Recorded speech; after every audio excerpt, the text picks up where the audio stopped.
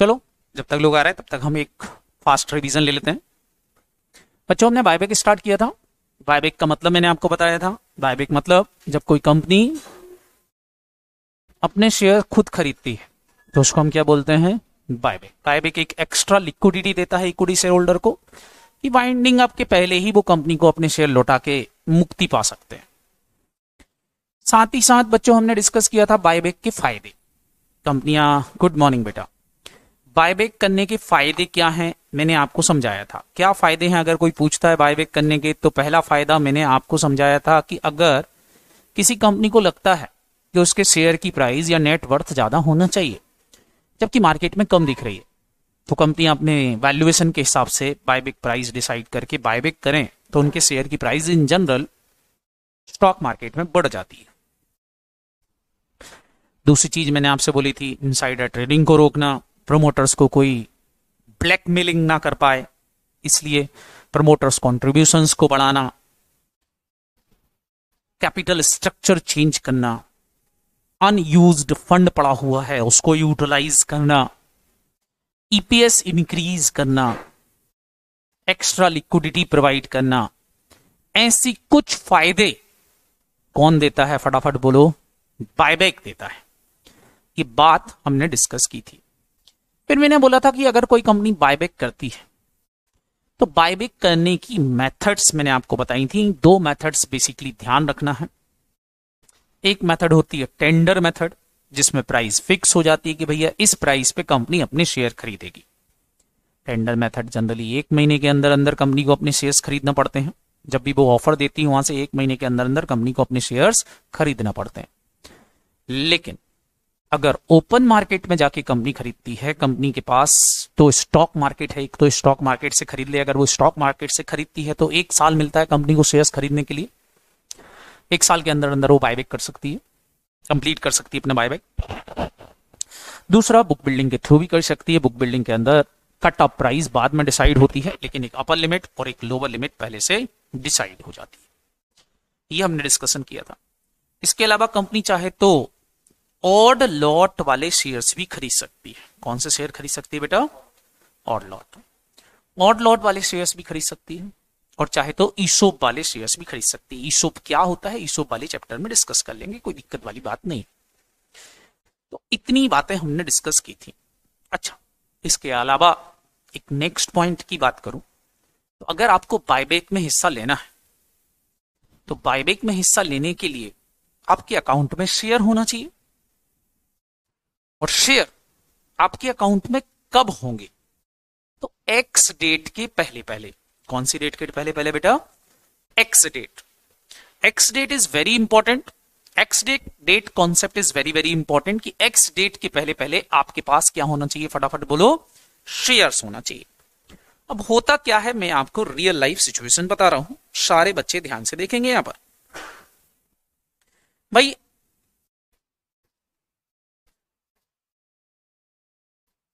ये मैंने एक टाइम लाइन बनाई।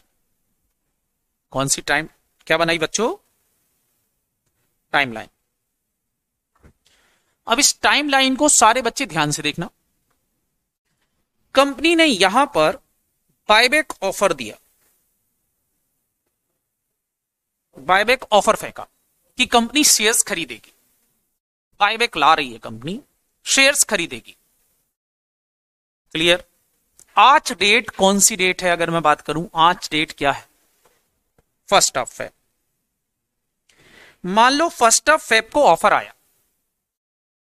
कि भैया कंपनी बायबैक ला रही है, और मैंने आपसे बोला था बायबैक इन जनरल जो मार्केट में प्राइस चल रही देती हैं उनसे ज्यादा प्राइस पर होता है। तो कंपनी बायबैक ले आई कि साहब हम बायबैक करेंगे, और डेट क्या है बेटा? 1 फरवरी। तो अभी कोई मतलब नहीं है, अभी मेरे अकाउंट में शेयर है भी तो कोई मतलब नहीं है बेटा। आज मेरे अकाउंट में शेयर हो भी तो कोई फर्क नहीं पड़ता आज के होने से। आज के हिसाब से कोई मतलब नहीं है। कंपनी एक पीरियड देती है, एक डेट बताएगी कि इस डेट तक आपके अकाउंट में शेयर आ जाना चाहिए। से मेरे अकाउंट में शेयर नहीं है तो भी कोई फर्क नहीं पड़ता। एक एक्स डेट देती है। क्या देती है, फटाफट बोलो। Ex date of buyback. ये डेट कुछ भी हो सकती है। से कंपनी ने दे दिया 15 फरवरी, 15 फरवरी। तो इस डेट से इस डेट के बीच में, इस डेट से इस डेट के बीच में आपके अकाउंट में अगर शेयर नहीं भी हो तो भी कोई फर्क नहीं पड़ता। इस डेट के आने के पहले आप शेयर खरीद लो, स्टॉक मार्केट में जाओ और शेयर खरीद लो, तो आप बायबैक में हिस्सा ले सकते हो। क्लियर है कि नहीं? ये जो पीरियड है ये कहलाता है कम प्राइस बायबैक। अब ये कम प्राइस हो जाएगा। कम प्राइस क्यों? क्योंकि अगर इस पीरियड में आप शेयर खरीदोगे तो बायबैक में हिस्सा मिलेगा। कम का मतलब है इंक्लूड और एक्स का मतलब है एक्सक्लूड। तो इस पीरियड में आप शेयर खरीद लिए तो आप बायबैक में हिस्सा ले सकते हो। लेकिन एक्स डेट निकल गई और एक्स डेट के बाद आप शेयर खरीदते हो या एक्स डेट पे खरीदते हो तो बायबैक में हिस्सा नहीं ले पाओगे। मतलब आपको कम प्राइस आप बायबैक वाले शेयर्स ही खरीदना पड़ेंगे। बायबैक ऑफर से एक्स डेट के पहले पहले आपको शेयर्स खरीदना पड़ेंगे। एक्स डेट के बाद एक डेट आती है जिसको बोलते हैं रिकॉर्ड डेट। क्या बोलते हैं, फटाफट बोलो। Record date. रिकॉर्ड डेट पर लिस्ट तैयार होती है कि इस डेट तक कितने लोग शेयर होल्डर हैं। इस डेट तक कितने लोग शेयर होल्डर हैं, मतलब एक्स डेट के पहले पहले किन किन के पास शेयर। ये जो बनती है रिकॉर्ड डेट, ये 1 या 2 दिन की बात की होती है। इससे 16 तारीख को ही लिस्ट बन जाएगी, 17 तारीख को भी बन सकती है। जनरली 2 दिन का फर्क होता है, 1 दिन का फर्क होता है। इस दिन रिकॉर्ड डेट पर सारे शेयर होल्डर की एक लिस्ट बनेगी। ये कौन बनाएगी? कंपनी। और जिनके नाम इस रिकॉर्ड डेट में आ रहे होंगे वो लोग ही बायबैक में ऑफर ले सकते हैं। अगर मेरे पास इस डेट पर शेयर्स थे और मैंने स्टॉक मार्केट में बेच दिए तो मेरे को बायबैक में हिस्सा लेने का अधिकार नहीं मिलेगा। और अगर मैं यहां शेयर होल्डर बनता हूं, एक्स डेट के बाद शेयर होल्डर बनता हूं, तो भी मेरे को बायबैक में शेयर लेने का अधिकार नहीं मिलेगा। कम पीरियड में अगर मैंने शेयर बेच दिए या एक्स डेट पे खरीदे तो आप बायबैक में हिस्सा नहीं ले पाओगे। इंपॉर्टेंट है, एक्स डेट के पहले पहले आपको क्या खरीदना पड़ेंगे, फटाफट बोलो। शेयर्स खरीदना पड़ेंगे। That is very very important. Clear है कि नहीं? सर ये एक्स डेट कहां पता चलती है? एक्स डेट बेटा रियल लाइफ में जब भी बायबैक ऑफर होता है तो उस प्रोस्पेक्टस के अंदर बताया जाता है कि एक्स डेट क्या होगी। क्लियर है कि नहीं? और उस डेट के पहले पहले आप शेयर्स खरीद लो, काम खत्म हो जाएगा। समझ में आया कि नहीं? Any doubt? तो ये कुछ डेट के बारे में बातें थी जो कल मैंने आपको थोड़ा सा छूट गई थी, थ्योरी से रिलेटेड, वो मैंने आपको बता दी। तो ये था बेटा बायबैक से रिलेटेड कुछ इंपॉर्टेंट बातें। हम बात करेंगे प्रैक्टिकल्स की। किसकी बात करेंगे अब बच्चों? प्रैक्टिकल्स की। चलो प्रैक्टिकल्स की बात करते हैं।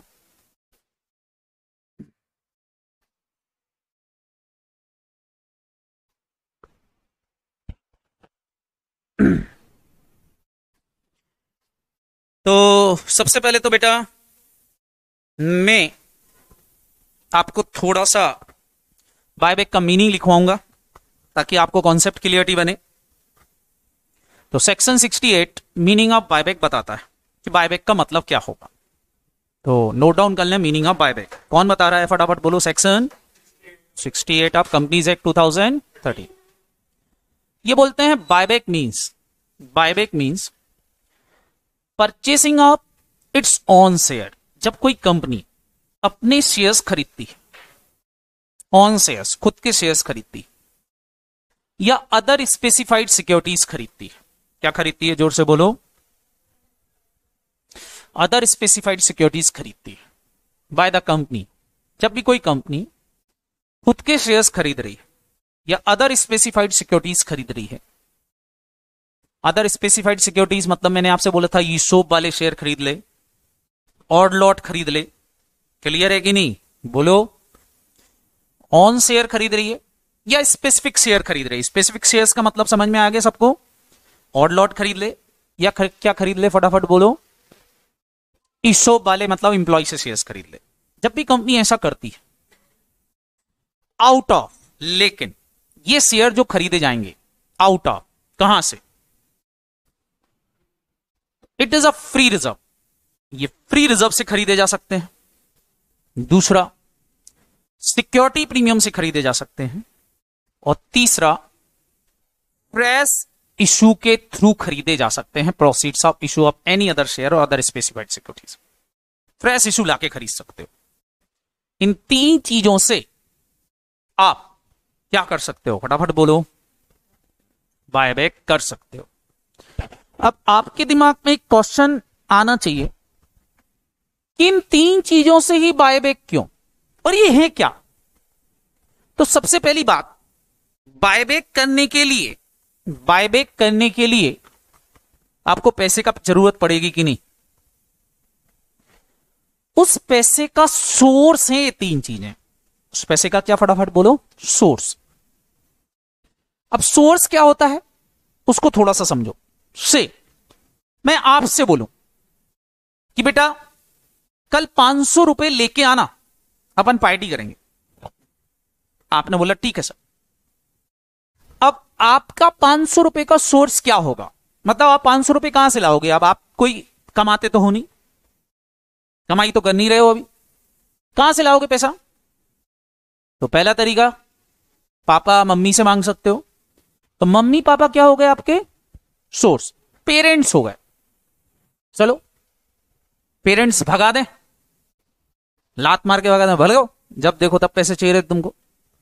दूसरा सोर्स क्या होते हैं? आपके दोस्त, फ्रेंड, उनके पास जा सकते हो। रिश्तेदार, उनके पास जा सकते हो, उनसे बोलो यार 500 रुपए उधार देते, सर को देना है, नाक कट जाएगी कल।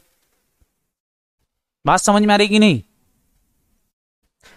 तो फ्रेंड भी आपके क्या हो सकते हैं? सोर्स हो सकते हैं। फ्रेंड भी लात मार के भगा दे, कोई पैसा ही नहीं दे रहा। तो तीसरा सोर्स क्या हो सकता है? रीगल, चौरा, खजराना, वहां जाओ, वहां से मांग लाओ, कहीं से भी लाओ। सोर्स मतलब पैसा कहां से आया जो आप मेरे को दे रहे हो। सेम यहां पर शेयर होल्डर को पैसा देना है, वो पैसा आएगा कहां से पैसा देने के लिए? तो पहली चीज बोल रहे हैं कि वो पैसा जो पेमेंट में यूज करोगे वो या तो आया हो फ्री रिजर्व के थ्रू कंपनी में, तो कंपनी दे सकती है, या तो वो आया हो सिक्योरिटी प्रीमियम के थ्रू, तो दे सकती है, या वो आया हो किसी फ्रेश इशू के थ्रू, तो दे सकती है। केवल कितनी जगह से पैसा आया है तो ही दे सकते हैं, फटाफट बोलो? 3। चौथा नहीं। अब आपके दिमाग में आ रहा होगा कि 3 ही क्यों? 3 ही क्यों? और भी तो लिख सकते थे कि डायरेक्टर रीगल से मांग के ले आए, डायरेक्टर घरवाली से ले आए। समझ में आ रहा कि नहीं? बैंक से लोन लेके ले आओ पैसा, और भी तो लिख सकते थे। लेकिन पैसों के ये 3 सोर्स ही क्यों लिखे, और कुछ क्यों नहीं लिखा?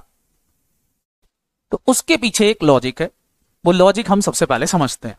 क्लियर है कि नहीं भाई? क्या लॉजिक है कि ये 3 सोर्स ही लिखे हैं एक्ट ने, इन 3 के अलावा और कुछ नहीं लिखा। लेकिन उससे पहले मैं कुछ 2 बातें नोट डाउन करा दूं।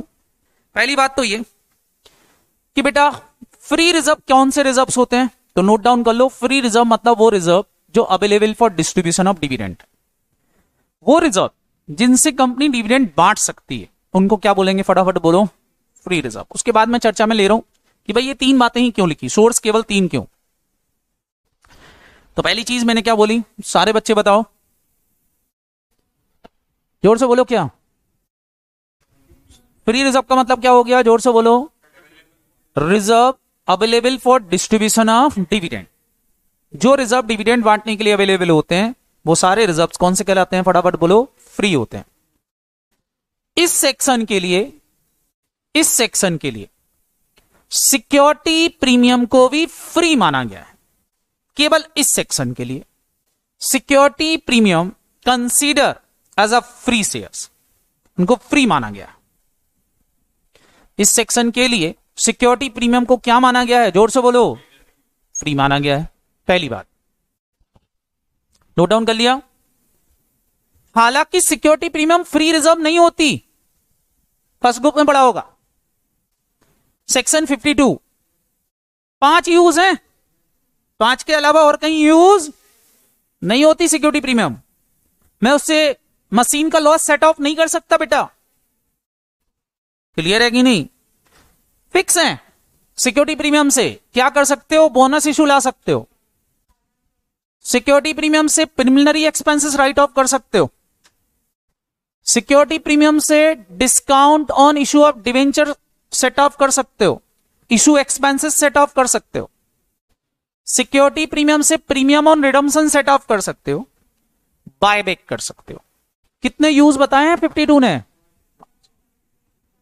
चूंकि 52 सिक्योरिटी प्रीमियम को बायबैक की परमिशन देता है, इसीलिए सेक्शन 8 में यह बोला गया, सेक्शन 68 में यह बोला गया कि सिक्योरिटी प्रीमियम को फ्री रिजर्व माना जाएगा फॉर बायबैक पर्पस, केवल बायबैक पर्पस के लिए, और किसी पर्पस के लिए इनको फ्री नहीं माना जाएगा। बात समझ में आई कि नहीं? क्लियर? हालांकि सिक्योरिटी प्रीमियम से डिविडेंड नहीं बांट सकते, लेकिन फिर भी इस सेक्शन के लिए फ्री माना है। Any doubt? ऐसा क्यों समझेंगे, चिंता करने की जरूरत नहीं, बट नोट डाउन कर लो इतना। और फ्री रिजर्व का मीनिंग भी लिख लो। फ्री रिजर्व मतलब क्या होते हैं? When reserve available for distribution of dividend.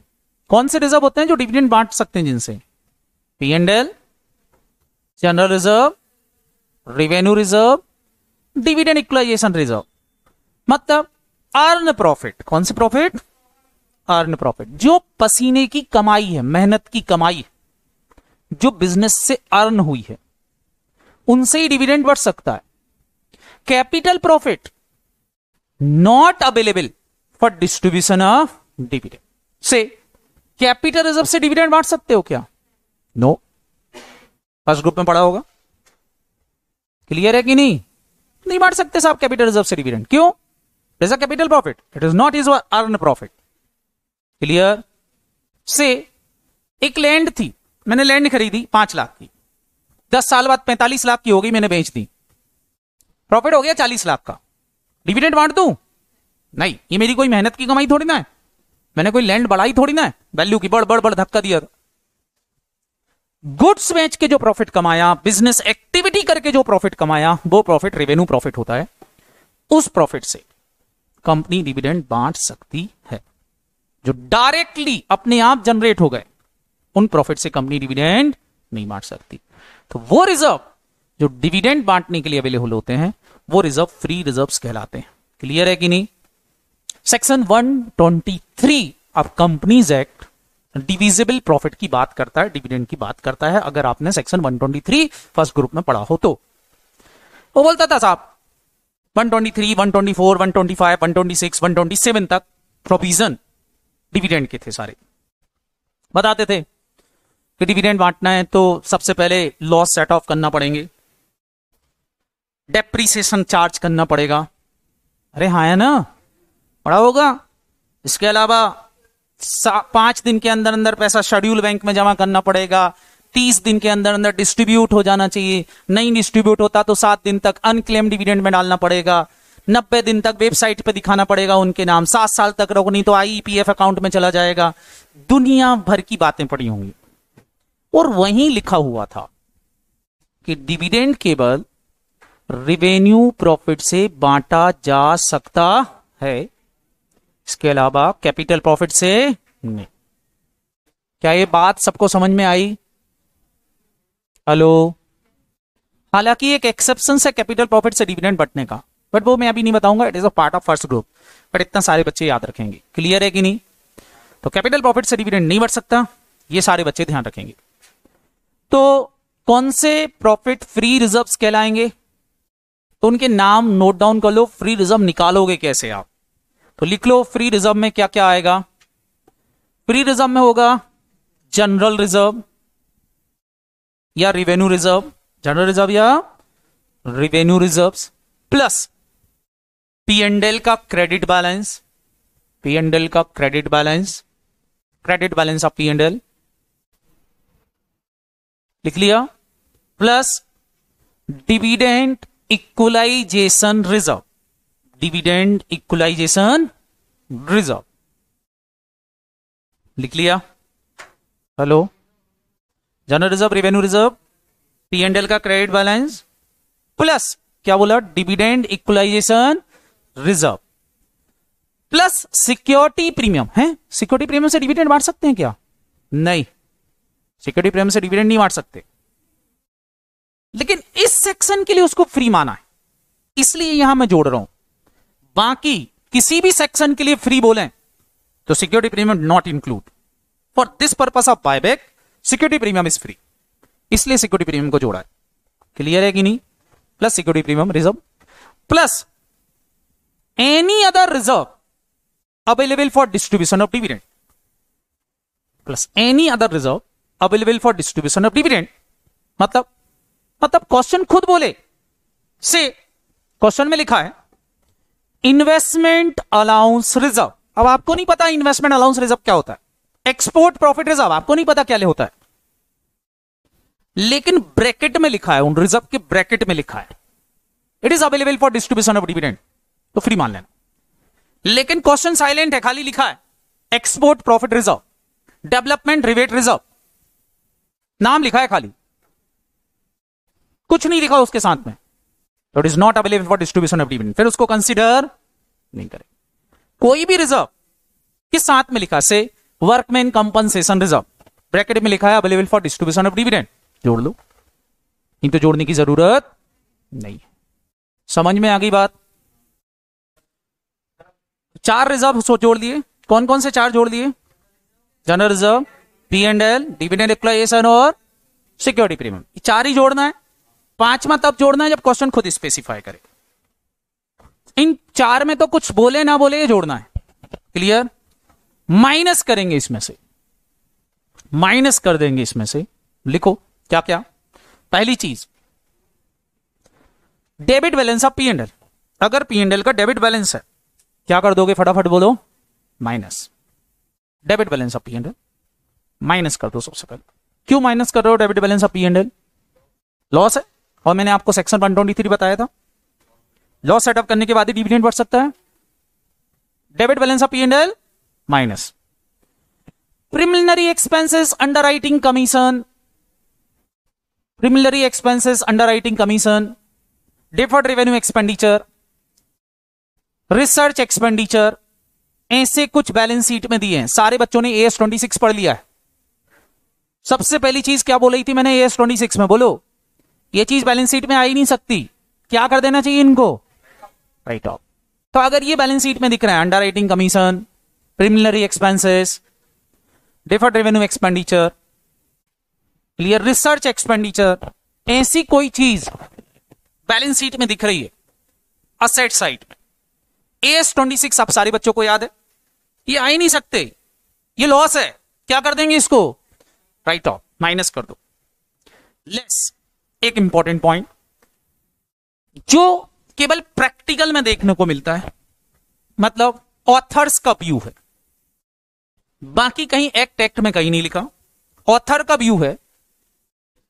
और हमारे इंस्टीट्यूट ने भी इसको कंसीडर किया हुआ है। वो ये ऑथर्स मतलब जो बुक्स लिखते हैं उनके व्यूज हैं, रियल लाइफ के अंदर भी यूज होता है, तो उन्होंने वहां से उठाई वो चीज। इंस्टीट्यूट ने भी उसको बोला है कि ऐसा होना चाहिए, बाकी एक्ट के अंदर ही नहीं लिखा। वो ये कि अगर बैलेंस शीट में गुडविल आ रही है तो गुडविल भी राइट ऑफ करो, गुडविल भी क्या करो? राइट ऑफ करो, गुडविल भी माइनस कर दो। क्लियर है कि नहीं? हालांकि गुडविल आप सारे बच्चों को पता है असेट होती है, 5 साल मिलते हैं राइट ऑफ करने के लिए परचेज गुडविल को, बट यहां बोल रहे हैं आप पूरी राइट ऑफ कर दो। गुडविल को माइनस करने के बाद जो बैलेंस बचे वो रिजर्व आपके फ्री रिजर्व कहलाएंगे। कंपनी उनसे डिविडेंड बांट सकती है, सॉरी उनसे कंपनी बायबैक कर सकती है। क्लियर है कि नहीं? तो फ्री रिजर्व कैसे निकालोगे मैंने आपको समझा दिया। क्या क्या माइनस करना है जोर से बोलो? Debit balance of P and L, preliminary expenses, deferred revenue expenditures, research expenditure, underwriting commission, कुछ भी पड़ा फिक्टिशियस एसेट क्या कर दो? माइनस। साथ ही साथ एक इंटेंजिबल एसेट भी माइनस करोगे, गुडविल। ये माइनस करने के बाद जो बचा उस फ्री रिजर्व से आप बायबैक कर सकते हो। क्लियर है कि नहीं? Any doubt? पक्का याद रहेगा? दूसरी चीज, इधर स्पेसिफिक सिक्योरिटीज लिखा था ऊपर, तो मैंने आपसे बोला था स्पेसिफिक सिक्योरिटीज मतलब कौन से शेयर खरीदना, ईशॉप वाले शेयर्स खरीदना और लॉट वाले खरीदना। क्लियर है कि नहीं? साथ ही साथ प्रोसीड्स में भी एक स्पेसिफाइड सिक्योरिटीज लिखा है। तो यहां ये बोलते हैं कि जो फ्रेश इशू आएगा वो fresh issue same kind of shares का नहीं आना चाहिए। किसका नहीं आना चाहिए? फटाफट बोलो। सेम काइंड ऑफ शेयर्स का नहीं आना चाहिए। फ्रेश इशू जो लाओगे आप वो सेम काइंड ऑफ शेयर नहीं होना चाहिए। सेम काइंड ऑफ शेयर्स मतलब जैसे मैं इक्विटी शेयर्स को बायबैक कर रहा हूं तो इक्विटी शेयर ही इशू नहीं करूंगा, नहीं तो फिर कॉस्ट ऑफ कैपिटल रिड्यूस ही नहीं होगी, कोई मतलब ही नहीं निकलेगा। प्रेफरेंस शेयर का रिडम्पशन कर रहे हो, प्रेफरेंस शेयर इशू कर रहे हो, मतलब निकलेगा क्या? सेम कैटेगरी नहीं होना चाहिए। कैटेगरी क्या होना चाहिए? डिफरेंट। डिफरेंट कैटेगरी होना चाहिए ताकि इस बायबैक का कुछ ऑब्जेक्ट हो। और मैंने आपसे बोला था फ्रेश इशू से बायबैक क्यों करते हैं? For cost of capital reduction, ताकि केओ कम हो जाए। और केओ कब कम होगा? डिफरेंट कैटेगरी के शेयर इशू करोगे, डिफरेंट एक्सपेक्टेशन वाले शेयर इशू करोगे। क्लियर? तो fresh issue same kind of shares का नहीं आएगा, एक बात। दूसरी बात, डिवेंचर या बॉन्ड इशू करके बायबैक नहीं कर सकते। डिवेंचर या इशू बॉन्ड्स को फ्रेश इशू नहीं बोला जाएगा। कैपिटल के बदले में कैपिटल इशू होना चाहिए, मतलब इक्विटी और प्रेफरेंस इशू कर सकते हो। सर इक्विटी के बदले इक्विटी कर सकते हो इशू, लेकिन कैटेगरी अलग होना चाहिए इक्विटी की। सर इक्विटी की कैटेगरी अलग कैसे हो सकती? फेस वैल्यू अलग कर दो, डिविडेंड राइट अलग कर दो, वोटिंग राइट अलग दे दो, डिफरेंट कैटेगरी आप इक्विटी इशू कर दो, चलेगा। डिफरेंट कैटेगरी सबसे अच्छी क्या होती है? इक्विटी का बायबैक कर रहे हो, प्रेफरेंस इशू कर दो। हमारे क्वेश्चन में इन जनरल बायबैक में प्रेफरेंस शेयर इशू होगा। क्लियर है कि नहीं? तो शेयर के इशू को ही फ्रेश इशू माना जाएगा। डेब्ट सिक्योरिटी के इशू को फ्रेश इशू नहीं माना जाएगा, क्योंकि लोन लेके कोई भी कंपनी बायबैक नहीं कर सकती। क्लियर है कि नहीं? Any doubt? तो यहां मैंने कुछ बातें इंपॉर्टेंट लिखवा दी हैं, इनके बारे में हम प्रैक्टिकली भी देखेंगे, लेकिन अभी मैंने केवल आपको इंपॉर्टेंट बातें नोट डाउन कराई हैं कि देखो फ्री रिजर्व कैसे निकालोगे और ये क्या चीज होती है। हाँ, क्या जिन शेयर्स का बायबैक कर रहे हो वैसे शेयर वापस से री इशू नहीं कर सकते 6 महीने तक, वो बायबैक वाले शेयर री इशू नहीं कर सकते, वो ये लिखा हुआ। यहां तो फ्रेश इशू तुरंत आएगा ना, ये क्या बात कर रहे हो? हाँ तो अरे अभी समझेंगे रे, चिंता क्यों कर रहे हैं?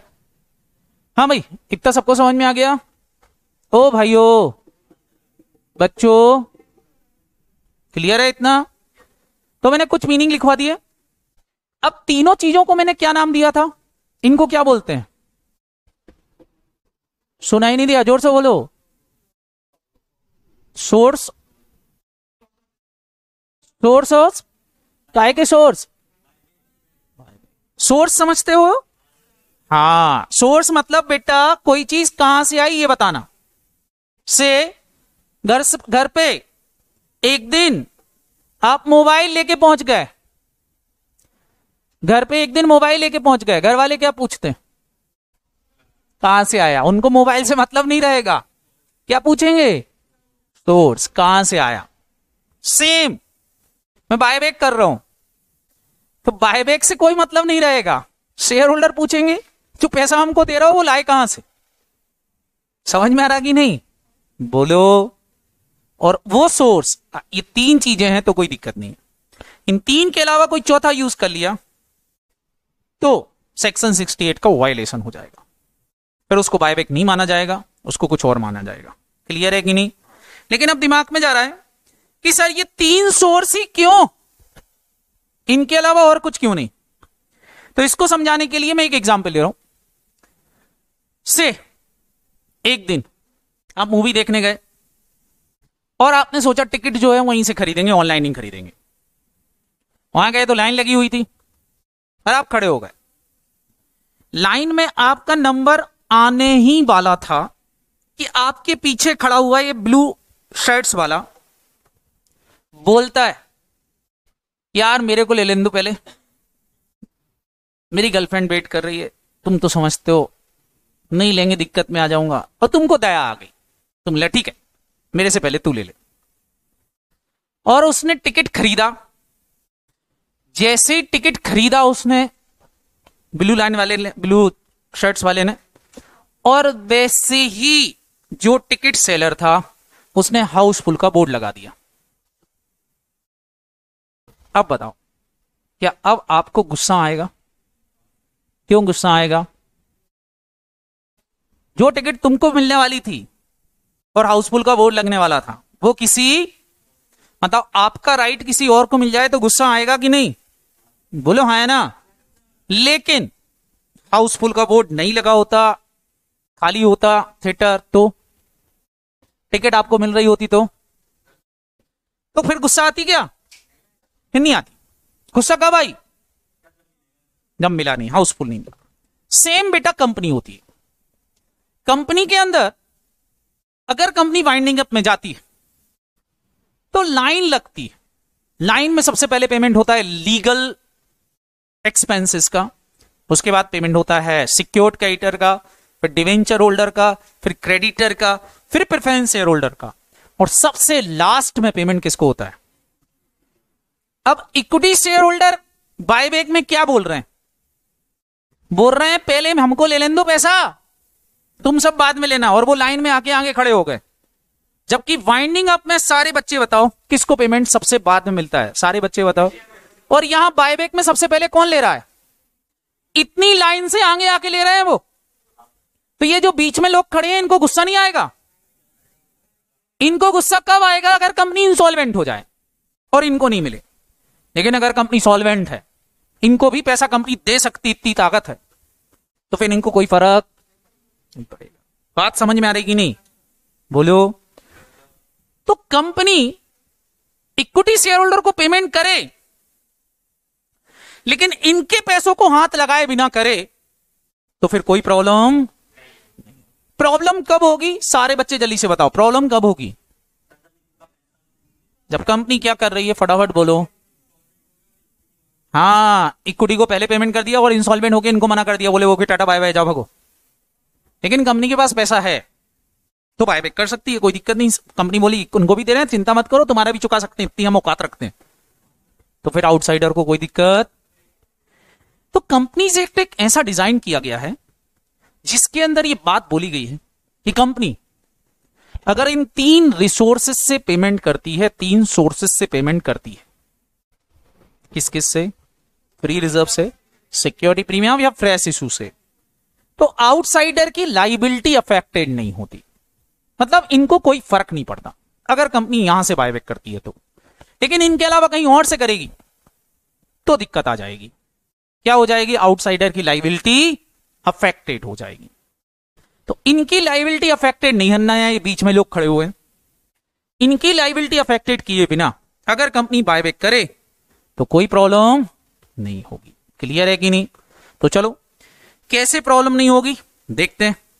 देखें तो देखो जरा, सबसे पहला मैं ले रहा हूं buyback out of fresh issue. Buyback out of fresh issue. तो सबसे पहले हेडिंग डालो buyback out of fresh issue. अगर कंपनी फ्रेश इशू से बायबैक लाए तो कोई प्रॉब्लम नहीं होगी। कैसे नहीं होगी मैं उसको गाइड कर रहा हूं, सारे बच्चे यहां ध्यान से देखेंगे। ओके, मैं एक बैलेंस शीट बना रहा हूं यहां पर।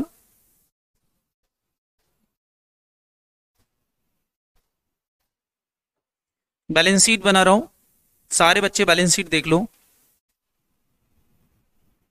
That one. देखें, कंपनी के पास इक्विटी शेयर्स कैपिटल है 7 लाख रुपए की, प्रेफरेंस शेयर नहीं है। डिवेंचर है 3 लाख के, क्रेडिटर हैं 2 लाख के। टोटल मिला के लाइबिलिटी साइड में कितने रुपए पड़े हुए हैं देख लो, 12 लाख। ये कंपनी की एसेट्स हैं। अच्छा, ये 12 लाख आए कहां से? 12 लाख आए होंगे, 7 लाख रुपए तो इक्विटी शेयर होल्डर ने दिए, 3 लाख रुपए डिवेंचर होल्डर ने दिए, 2 लाख रुपए क्रेडिटर ने दे रखे। और कंपनी ने इससे खरीदा क्या है? 6 लाख रुपए की land building assets, fix asset खरीद रखी, लैंड बिल्डिंग मशीनरी, कुछ इन्वेस्टमेंट और इन्वेंट्री पड़ी है और कुछ कैश इन बैंक में पैसा पड़ा है। टोटल मिला के 12 लाख हो गया कि नहीं? मेरी बैलेंस शीट टैली। अब देखो, अगर कंपनी इन असेट्स में, बताओ, अब मेरा पूछना है, मेरे से आपसे एक क्वेश्चन पूछ रहा हूं, सारे बच्चे उसका आंसर देंगे। बताओ, ये जो असेट यहां पड़ी हुई है मेरे बच्चों, ये जो भी असेट पड़ी है असेट साइड में, बताओ इन असेट पे सबसे पहला अधिकार किसका है? क्रेडिटर और डिवेंचर होल्डर का है कि नहीं? बोलो। अगर कंपनी इन असेट में से कुछ भी पेमेंट करे तो पहले किसको मिलना चाहिए? आउटसाइडर, मतलब पहले डिवेंचर होल्डर लेगा, क्योंकि उनको सेकंड क्रेडिटर बोलते हैं। फिर कौन लेगा? क्रेडिटर लेगा, बाद में इक्विटी को मिलेगा। बोलो। तो मैं अगर इनसे बोलूं, ये जो आउटसाइडर है, इनसे बोलूं कि मैं तुम्हारी असेट को हाथ भी नहीं लगाऊंगा, जो 12 लाख है वो 12 लाख रहेगी, इसको मैं हाथ भी नहीं लगाऊं और बायबैक करूं, तो तुमको कोई दिक्कत होगी क्या? मैं तुम सब आउटसाइडर हो मान लो, मैं तुम सबसे पूछ रहा हूं, तुम्हारी असेट को हाथ लगाए बिना अगर मैं बायबैक कर लूं तो तुम्हारी लायबिलिटी पे कोई फर्क पड़ेगा? बोलो भाई मेरे 12 लाख को हाथ मत लगाना, तुमको जो करना करो, मेरे को कोई दिक्कत, बस मेरे 12 लाख कहीं नहीं जाना चाहिए। समझ में आ रहा कि नहीं? बोलो। तो मैंने क्या किया, मैंने 2 लाख रुपए के प्रेफरेंस शेयर इशू किए, नया इशू लाया, न्यू फ्रेश इशू। क्लियर है कि नहीं? न्यू इशू लाया। और क्या इशू कर दिए, फटाफट बोलो। अच्छा, प्रेफरेंस शेयर इशू करूंगा तो 2 लाख रुपए से कैश एंड बैंक बढ़ गया कि नहीं? अच्छा, ये जो 2 लाख आए हैं, क्या ये क्रेडिटर से लिए? क्या ये किसी आउटसाइडर से लिए? नए ओनर है मेरे, 2 लाख रुपए ले आए। और जो ओनर से ही पैसा लिया, घर वालों से ही लिया है, ध्यान रखना है, ये share holder, preference share holder भी घर वाले ही होते हैं। क्लियर? जो 2 लाख रुपए मैंने इनसे लिए, ये मैंने किसको दे दिए? फटाफट बोलो। इक्विटी शेयरों को दे दिए, बायबैक कर लिया 2 लाख का। बताओ, क्या इससे आउटसाइडर की लायबिलिटी अफेक्टेड होगी क्या? नहीं। अब बताओ, share capital, equity share capital 7 की जगह कितने की हो गई? जोर से बोलो।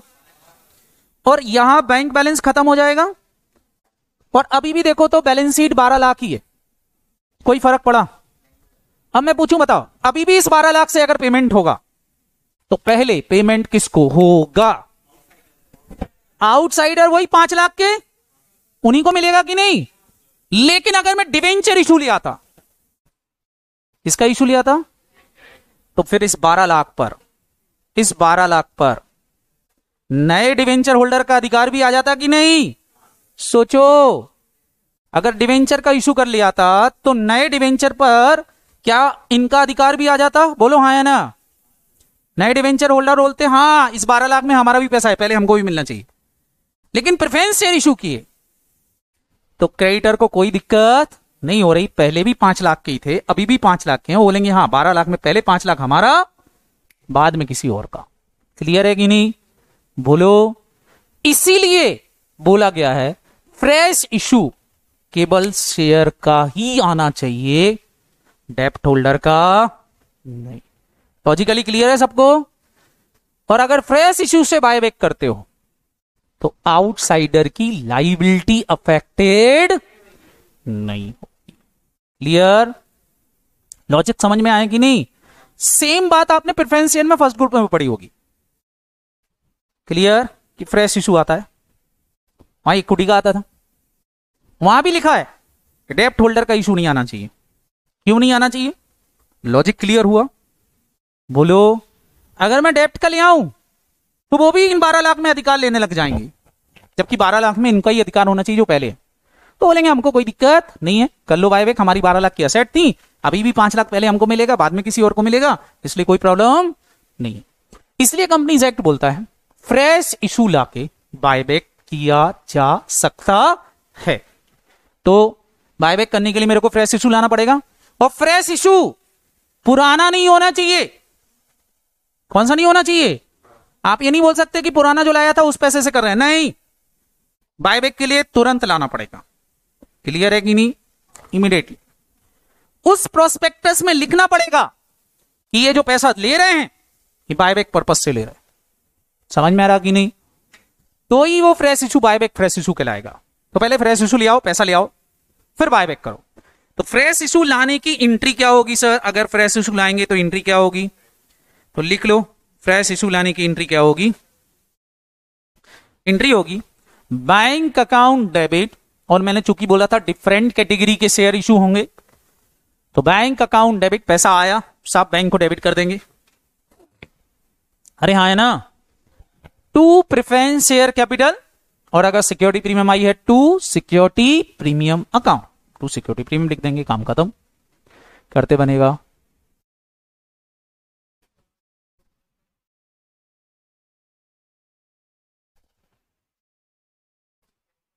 क्या है 10% क्या है? इक्विटी पे कोई परसेंटेज थोड़ी ना लगा रहता, प्रेफरेंस पे लगा रहता बेटा। इक्विटी का मैंने बोला ना, डिफरेंट कैटेगरी इक्विटी हो सकती है, फेस वैल्यू चेंज कर दो, वोटिंग राइट चेंज कर दो, डिविडेंड राइट चेंज कर दो, तो हो सकती है। बट प्रेफरेंस शेयर तो डिफरेंट ही कैटेगरी होती है, तो ज्यादा अच्छा होता है प्रेफरेंस शेयर इशू कर दो। तो जनरली प्रेफरेंस शेयर इशू किया जाते हैं अगर फ्रेश इशू करना। अच्छा, मेरा एक और क्वेश्चन का आंसर दो, सारे बच्चे बता पाओगे?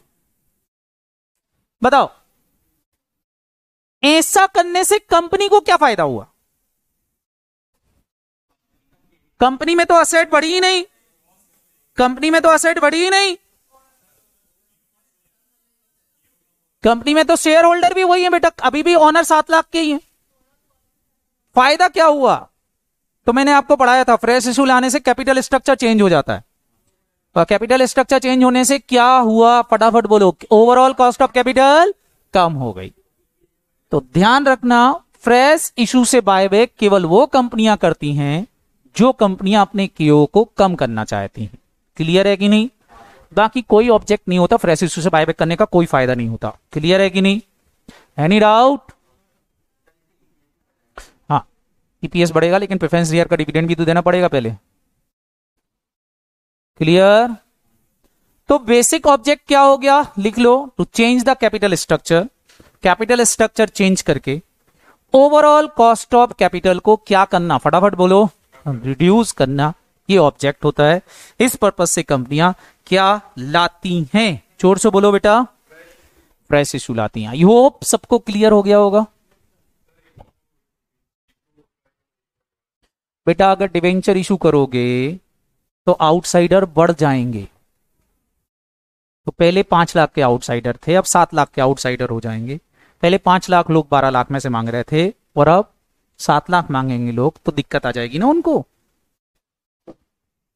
ऐसा समझो, पहले घर में गुलाब जामुन बने तो तुम और तुम्हारी बहन ही थी खाने वाली, मम्मी ने किसी और को बुला लिया और वो गुलाब जामुन में खाता है, तो दिक्कत आएगी।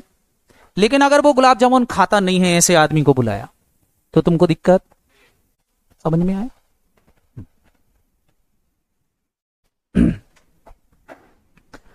Any doubt? साथ ही साथ यहां एक इंपॉर्टेंट पॉइंट बोलते हैं। क्या बोलते हैं? कि साहब जो बायबैक आएगा वो सेम कैटेगरी या सेम स्पेसिफिक सिक्योरिटी नहीं होना चाहिए, अर्लियर इशू नहीं होना चाहिए, डेप्ट नहीं होना चाहिए, बायबैक किसी अदर कैटेगरी का होना चाहिए, से प्रेफरेंस शेयर इशू कर दो। क्लियर है कि नहीं? क्या ये बात भी समझ में आ गई? और जनरल एंट्री मैंने जो लिखवाई है वो भी समझ में आ गई होगी। क्लियर है कि नहीं? लॉजिकली सारे बच्चे समझ पा रहे हो कि नहीं इसको? पक्का? हाँ बेटा।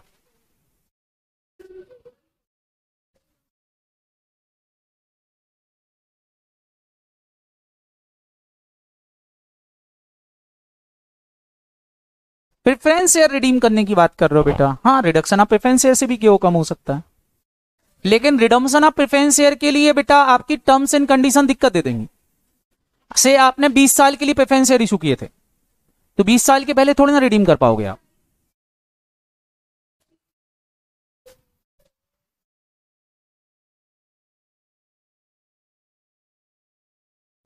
एक मिनट दिव्या बेटा, क्या बोल रहे हो? कुछ समझ में नहीं आ रहा मेरे को, 1 मिनट रुकना, मैं थोड़ा सा माइक चेंज कर दूं। हाँ, अब बोलो, बोलो।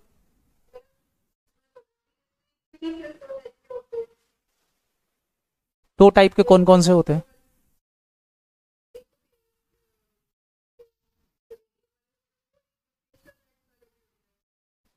प्रेफरेंसेस राइट वाले तो प्रेफरेंस शेयर होते हैं।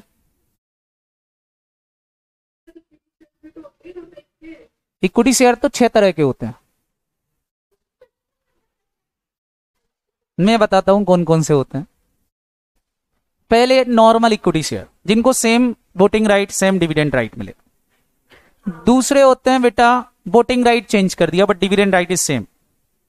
तीसरा dividend right is same but voting right is different. समझ में आ रहा कि नहीं? चौथा एक ऐसे इक्विटी शेयर इशू कर दिए जिनको वोटिंग राइट ही नहीं देना। ऐसे इक्विटी शेयर इशू कर दो जिनको डिविडेंड नहीं मिलेगा, है तो इक्विटी शेयर। अब ऐसे तो कई तरह की इक्विटी हो सकती है। तो मैंने आपसे बोला ना, आपको बोला है मैंने कि इक्विटी भी इशू कर सकते हो, लेकिन क्या होना चाहिए?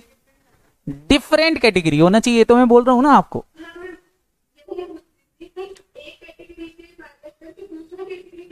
कर सकते हो ना। मैंने आपसे स्टार्टिंग में ही बोला था, आपने सुना नहीं? मैंने स्टार्टिंग में ही बोला था ये चीज, इक्विटी भी डिफरेंट कैटेगरी होती है। बट इन जनरल कंपनी ऐसा नहीं करती। कंपनियां जनरली प्रेफरेंस शेयर इशू करती हैं इन जनरल। मैं ये बोल रहा था आपसे। क्लियर? बोलो हाँ, ना कोई दिक्कत थोड़ी ना मेरे को, कोई डाउट? चलिए, जनरल एंट्री सारे बच्चों ने लिख ली। एनी डाउट जनरल एंट्री में? नरेशन लिख लो। नरेशन क्या लिखोगे? Being preference share issued for the purpose of buyback. ये पूरा लिख के आना नरेशन। 1 नंबर मिलेगा इसका जनरल एंट्री का। सर मैं 2 एंट्री डाल दूं? डाल देना। Bank account debit to share application, share application account debit to preference share capital. मेरे को उसमें भी कोई दिक्कत नहीं। एक ही डालना तो भी कोई दिक्कत नहीं। इंस्टीट्यूट 2 एंट्री डालने के 2 नंबर नहीं दे देगा, देगा एक ही। समझ में आएगी नहीं? क्योंकि उसको पता है थोड़े से आप बड़े हो गए हो, तो एप्लीकेशन नहीं भी लिखोगे तो भी चलेगा, याद रहेगा। तो हमने नेट एंट्री डाल दी है। Bank account debit to preference share capital to security premium account. Is that clear? समझ में आ गया? ओ भाइयों, पहला केस सबको क्लियर है? कोई दिक्कत नहीं। दूसरा केस ले रहा हूं, अब जरा ध्यान से सुनना। कंपनी अगर बायबैक करती आउट ऑफ फ्री रिजर्व्स, और फ्री रिजर्व में क्या इंक्लूड है? एसपीआर। तो एसपीआर नहीं बोलते उसको आजकल, सिक्योरिटी प्रीमियम अकाउंट ही बोलते हैं। तो हम सिक्योरिटी प्रीमियम अकाउंट ही बोलेंगे। क्लियर है कि नहीं? तो इससे अगर बायबैक कर रही है कंपनी तो कर सकती है, कोई दिक्कत नहीं है। लेकिन ये क्यों? ऐसा करने से भी आउटसाइडर की लायबिलिटी अफेक्टेड नहीं होना चाहिए। क्लियर है कि नहीं? तो पहले तो ये समझते हैं कि अगर फ्री रिजर्व से बायबैक करती है तो आउटसाइडर की लायबिलिटी अफेक्टेड क्यों नहीं होती। पहले तो इसका लॉजिक क्लियर करते हैं। क्लियर है कि नहीं? अरे हाँ है ना? फिर हम डिफरेंट बात करेंगे। तो पहला कॉन्सेप्ट तो मैं ये समझा रहा हूं कि कंपनी फ्री रिजर्व से बायबैक कर सकती है। और फ्री रिजर्व क्या होता है? सारे बच्चे समझ लो बेटा, फ्री रिजर्व क्या होता है? वो रिजर्व जिनसे कंपनी क्या बांट सकती है? डिविडेंड बांट सकती है, उसको हम फ्री रिजर्व्स बोलते हैं। मैंने आपको लिखवाया। अब सारे बच्चे मेरे को बताना पहली बात तो ये, मैं बोलूं मेरे पास 5 लाख रुपए हैं। कितने रुपए मेरे पास? और मैं उसमें आग लगा रहा हूं, तुमको कोई दिक्कत? अरे हद हो गई। मेरा पैसा, मैं उसका कुछ भी करूं, तुम लोगों को कोई प्रॉब्लम होगी क्या? अरे तुम इमोशनली मत बोलो, ईमानदारी से बताओ, मेरे पैसे को मैं कुछ भी करूं तुमको कोई फर्क पड़ता है क्या? अंबानी जी अपने पैसे से अपनी गर्लफ्रेंड को गिफ्ट दिलाएं या नीता अंबानी को दिलाएं, तुमको कोई फर्क पड़ेगा क्या? तुम ये सोचने लगोगे कि अंबानी की गर्लफ्रेंड में होता तो अच्छा रहता। अरे भाई उनका पैसा है, उनको जो करना वो करने दो। समझ पे आ रहे हो कि नहीं? ओए पीछे कभी पढ़ भी लिया करो रे, रोज बैठ जाते हैं गप्पे करने के लिए, नालायक। अभी सुन भी लिया के लो, ये जो बातें अपन कर रहे हैं यही काम आएंगी एग्जाम में, बाकी कुछ थोड़ा ना काम आएगा। इधर मैंने आपसे क्या बोला कि मेरे पैसे को मैं कहीं भी यूज करूं कोई फर्क नहीं पड़ता। क्लियर है कि नहीं? हां, मैं तुमसे बोलूं कि तुम मेरे को 5 लाख रुपए दो, तुमने मेरे को 5 लाख दिए, जो तुमने 5 लाख दिए उसको मैं आग लगाऊं, तो तुम फिर हमारा हाथ पकड़ लोगे कि नहीं? तुम क्या बोलोगे? पहले मेरा लौटा दो, फिर तुम्हारे घर में हो जो लगा लेना, हमको कोई दिक्कत नहीं है। तुमसे मांग के लगाऊं तो दिक्कत है, लेकिन मेरी कमाई के पैसे से अगर मैं कुछ भी करूं तो तुमको कोई फर्क, मेरी कमाई है भाई, मैं कुछ भी करूं, तुम थोड़ी ना पकड़ने आ सकते हो कि साहब ऐसा मत करो, क्यों कर रहे हो ऐसा? अरे भाई मेरा पैसा, मेरे को जो करना है मैं लुटा दूं, उड़ा दूं, गंगा में बहा दूं, तुमको कोई फर्क, लेकिन तुमसे लेके करूं तो दिक्कत है। सेम फ्री रिजर्व क्या होते हैं अगर मैं पूछूं तो it is earn profit, it is not a, सारे बच्चे बताओ, it is not a credit profit. Clear है कि नहीं? क्रेडिट अमाउंट नहीं है ये, किसी को चुकाना नहीं है, इट इज अर्न प्रॉफिट, जो कंपनी ने कमाया है ये उसका खुद का है। क्लियर? किसी से लेके नहीं आई कंपनी। तो ध्यान रखना, कंपनी के दो चीजें होती हैं। एक, पहला तरीका सारे बच्चे यहां देखेंगे, पहला तरीका जैसे ये कंपनी,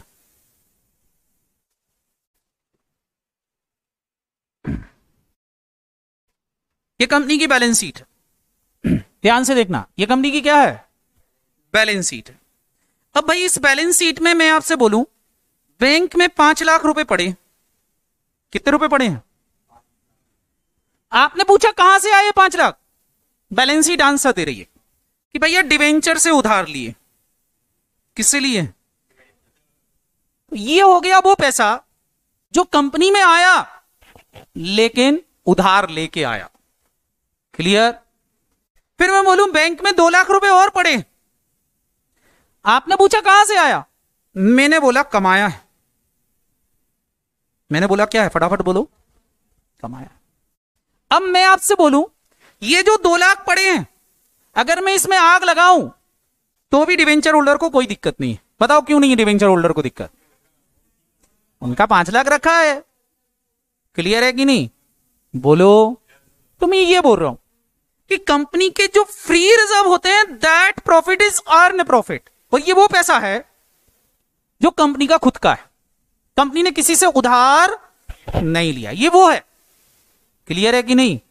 जो बैंक में पड़ा है लेकिन कंपनी ने कमाया है, इस पैसे से कंपनी कुछ भी करे तो भी आउटसाइडर को कोई दिक्कत नहीं है। समझ में आ रहा कि नहीं? सारे बच्चे बताओ, अगर ये पैसा मैं डिविडेंड के रूप में बांटूं तो डिवेंचर होल्डर मना करने आएंगे क्या? क्यों नहीं आएंगे? पैसा कंपनी का है, वो डिविडेंड बांट सकती है उस पैसे से, कोई दिक्कत। इसलिए तो लिखा है कि फ्री रिजर्व से डिविडेंड बांटे जा सकते हैं। क्यों? क्योंकि वो कंपनी का खुद का है।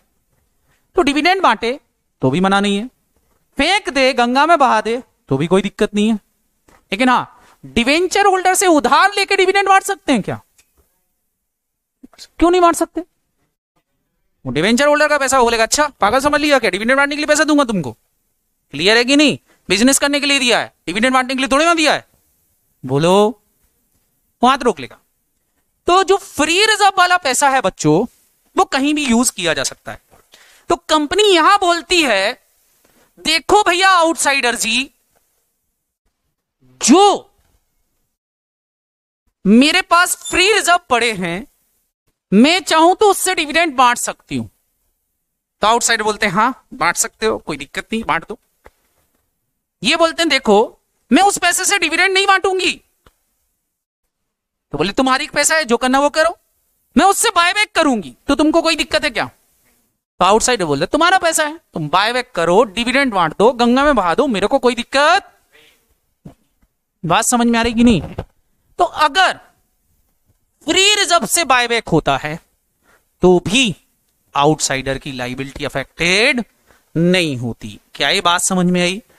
क्यों नहीं होती आउटसाइडर की लायबिलिटी अफेक्टेड? अगर मैं आपसे पूछूं तो आप यहां पर आंसर दे सकते हो से, जैसे मैं ये बैलेंस शीट आपको दिखा रहा हूं। सारे बच्चे देखो इस बैलेंस शीट का टोटल कितना आ रहा है, देखो जरा 13 लाख आ रहा है कि नहीं? इस बैलेंस शीट में अर्न प्रॉफिट कितने रुपए के पड़े हुए हैं? तो ये मेरे कौन से रिजर्व पड़े हुए हैं, यहां देख लो कौन से रिजर्व पड़े हुए हैं। 3 लाख। कौन से रिजर्व कहलाते हैं 3 लाख? जरा नाम बताओ 3 लाख का कौन सा रिजर्व है? फ्री रिजर्व है कि नहीं? बोलो। अब मेरा क्वेश्चन ये है कि ये जो कंपनी की असेट पड़ी है 13 लाख की, बताओ अगर इस 13 लाख में से मैं पूछूं आपसे कि आउटसाइडर का अधिकार कितना है, कितनी असेट पर है, अगर आउटसाइडर का अधिकार मैं पूछूं तो बताओ कितनी असेट पर है। सुनाई नहीं दिया मेरे को? 10 लाख रुपए पर आउटसाइडर का अधिकार है, पूरे 13 पर नहीं है। 10 लाख रुपए में से अगर मैं कुछ एडजस्ट करूं तो आउटसाइडर दिक्कत देंगे। 3 लाख पे क्यों अधिकार नहीं है? सारे बच्चे जल्दी से बताओ 3 लाख पे अधिकार क्यों नहीं है? क्योंकि वो प्रॉफिट ऐसा है जो कंपनी ने अर्न किया है। मतलब अगर कंपनी आज के आज डिविडेंड बांटते, आज के आज इस प्रॉफिट से डिविडेंड बांटते, कितने रुपए का? फटाफट बोलो। 3 लाख का। तो 3 लाख से यहां कम हो जाएगा, 3 लाख से यहां कम हो जाएंगे, तो असेट 10 की बचेंगी कि नहीं? और इस 3 लाख के लिए ये आउटसाइडर दिक्कत नहीं दे सकते, ये नहीं बोल सकते, क्या नहीं बोल सकते कि डिविडेंड मत बांटो, क्योंकि कंपनी का प्रॉफिट अर्न प्रॉफिट, उससे वो डिविडेंड बांटे, उसको ग्रोथ में लगाए, उसको फेंक दे, दान कर दे, चैरिटी में दे दे, मोदी जी को दे दे के जाओ इंजॉय करो। समझ में आ रहा कि नहीं? बोलो। योगी जी को दे दे के जाओ चुनाव प्रचार में लगा दो, कोई दिक्कत? 3 लाख में कोई दिक्कत नहीं। लेकिन अगर मैं 3 लाख से 1 रुपए भी ज्यादा निकालूं, कितने रुपए? फटाफट बोलो। 1 रुपए भी ज्यादा निकालूं तो इनको दिक्कत है। किसको? आउटसाइडर। वो आके खड़े हो जाएंगे, क्या बोलेंगे? पहले मेरे को दो, बाद में किसी और को देना। क्लियर है कि नहीं? तो बेटा एक बात सबको समझ में आएगी कि फ्री रिजर्व यूज करने से भी आउटसाइडर की लायबिलिटी अफेक्टेड नहीं होगी। क्लियर है कि नहीं? क्योंकि ये डिविडेंड वाला पैसा कंपनी बोल रही है कि हम बायबैक में यूज करेंगे, और जब कंपनी डिविडेंड वाला पैसा बायबैक में यूज करती है तो आउटसाइडर की लायबिलिटी अफेक्टेड नहीं होती। क्या ये बात सबको समझ में आई? पहले तो ये बताओ, पक्का? तो बताओ आउटसाइडर की कितनी असेट्स हैं? अगर मैं पूछूं आपसे इस बैलेंस शीट में आउटसाइडर की असेट पर कितना अधिकार है, बताओ। तो हमेशा फ्री रिजर्व माइनस करके बताओगे। ये अपने दिमाग में आज से बिठा लो। क्लियर? कंपनी अगर वाइंडिंग अप में जाए तो पूरी 13 लाख का सेट उसकी नहीं है, कितनी है? फटाफट बोलो। 10 लाख की। क्लियर है कि नहीं? 10 लाख की असेट पे हाथ लगाऊं तो आउटसाइडर दिक्कत देंगे, लेकिन 3 लाख जो फ्री है उस पैसे से कंपनी कुछ भी कर सकती है। क्लियर? इसलिए उनको फ्री रिजर्व बोलते हैं, फ्री प्रॉफिट बोलते हैं, फ्री रिटेन प्रॉफिट बोलते हैं। दे आर नॉट रिस्ट्रिक्टेड, कहीं भी पैसा खर्च किया जा सकता है।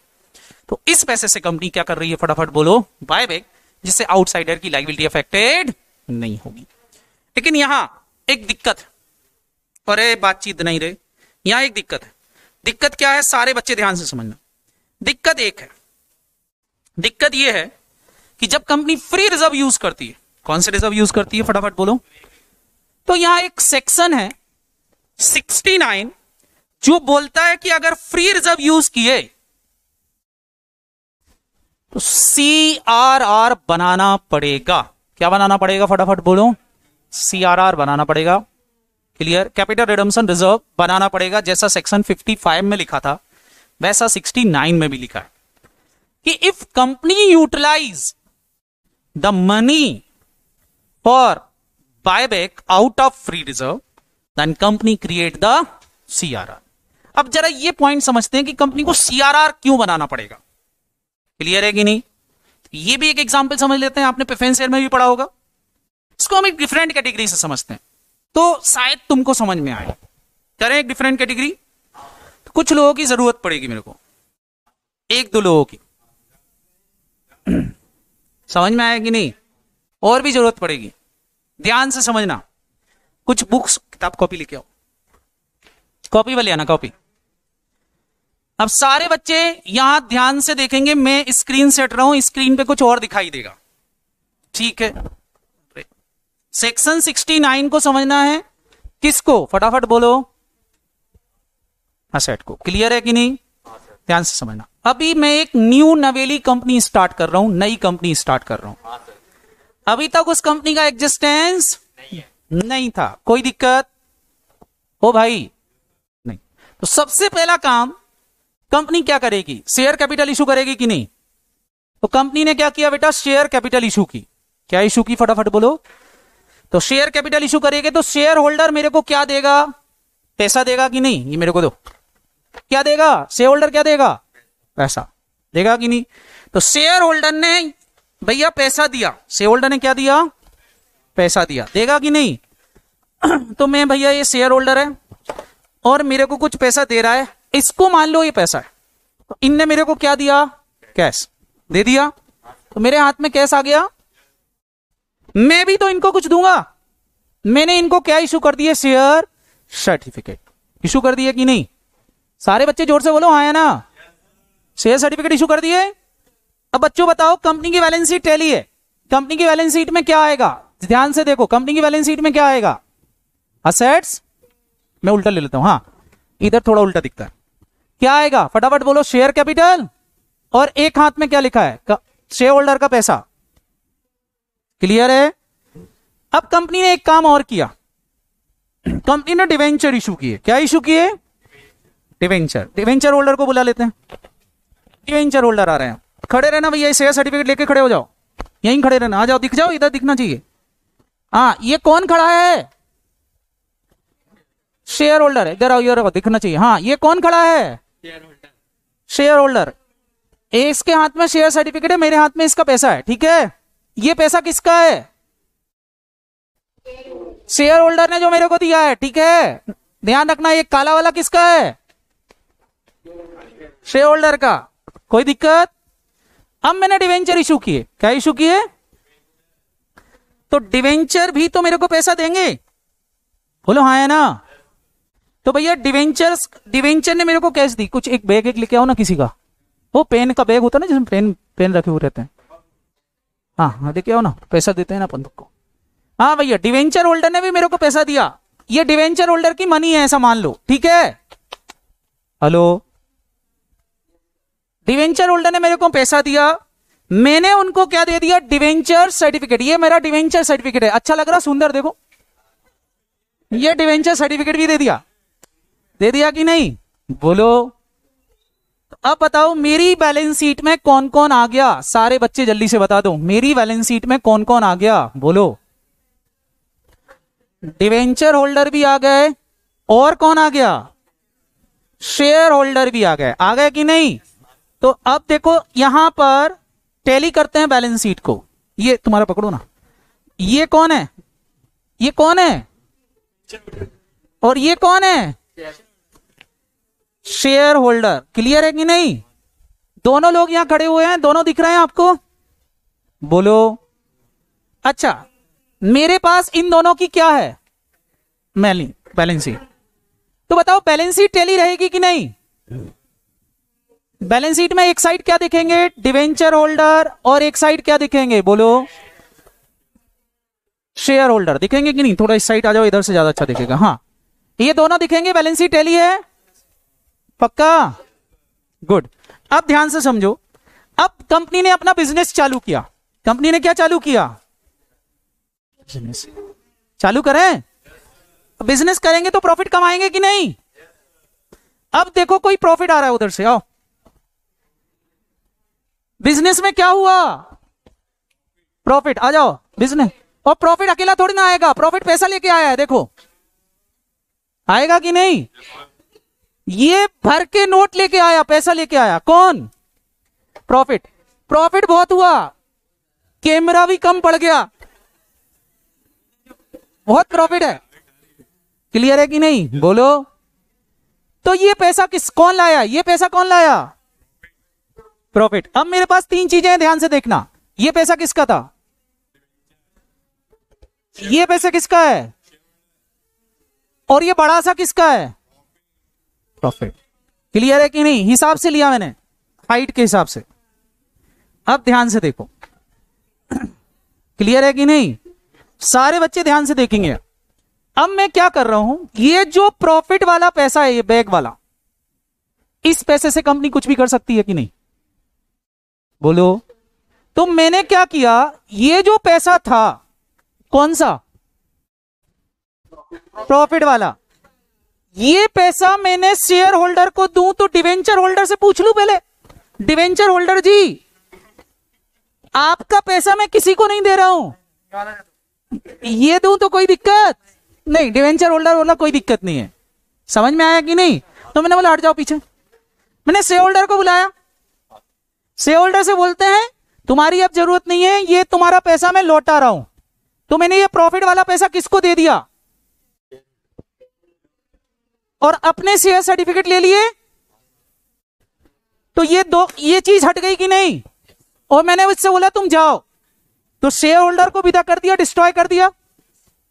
बोलो अब ध्यान से समझो, मेरे पास ये P&L अभी भी आ रहा है बैलेंस शीट में, और ये डिवेंचर होल्डर अभी भी आ रहा है, और मनी भी देखो, ये शेयर होल्डर अपना पैसा छोड़ के गया कि नहीं? Yes sir. ये काला वाला पैसा किसका था? शेयर होल्डर का है कि नहीं? ये अभी भी कंपनी के अंदर है कि नहीं? बोलो। और ये डिवेंचर का पैसा, अच्छा शेयर होल्डर पैसा यही छोड़ गया, बोलो, और सर्टिफिकेट दे गया, लेकिन शेयर होल्डर ने जो पैसा दिया था वो पैसा आज भी कंपनी में है, दिख रहा है आपको? बोलो, वो पैसा आज भी कंपनी में दिख रहा है, दिख रहा है कि नहीं? ये काला वाला डिवेंचर होल्डर का भी पैसा दिख रहा है। लेकिन सारे बच्चे बताओ, अब कैपिटल बची कि कैपिटल में रिडीम कर चुका हूं? कैपिटल तो रिडीम हो चुकी है, तो इस पैसे का मेरे को नाम बदलना पड़ेगा, इस सोर्स का नाम बदलना पड़ेगा। तो मैंने क्या किया है, जो प्रॉफिट वाला पैसा था वो शेयर होल्डर को दे दिया है और कैपिटल को रिडीम कर दिया है। तो ये जो P&L यहां खड़ा दिख रहा है, दिख रहा है कि नहीं? मैं इसका नाम चेंज कर दूंगा। इसका क्या चेंज कर दूंगा? जोर से बोलो। नाम चेंज करना पड़ेगा साहब। क्यों नाम चेंज करना पड़ेगा? क्योंकि शेयर होल्डर की कैपिटल तो आज भी कंपनी में है, वो गई नहीं, लेकिन प्रॉफिट चला गया है, प्रॉफिट वाला पैसा चला गया है कि नहीं? तो प्रॉफिट वाले पैसे का अब P&L तो बोल नहीं सकते क्योंकि वो पैसा तो चला गया है, लेकिन कैपिटल का पैसा यही है जो कि रिडीम हो चुकी है। तो मैं क्या करूंगा, इसका नाम चेंज करूंगा। अब नाम चेंज कैसे होगा? मैं एक जनरल एंट्री डालूंगा, इसके ऊपर एक बुरखा डाल दूंगा नाम बदल के, ताकि इससे कंपनी के इक्विटी शेयर होल्डर डिविडेंड ना मांग पाए। तो मैं एक नाम चेंज कर दूंगा। क्या नाम रख दूंगा इसका? P&L account debit. तो P&L का है और लिखूंगा टू CRR। चेंज हो जा, चेंज। बात समझ में आई कि नहीं? तो ये क्या है? ये वो कैपिटल है जो रिडीम हो चुकी है, और ये वो पैसा है जो अभी भी कंपनी में इन्वेस्टेड है। तो सब कुछ सही हो जाएगा कि नहीं? बोलो। क्या ना जनरल एंट्री डालना पड़ेगी? सारे बच्चे बताओ। P&L account debit to CRR। समझ में आया कि नहीं?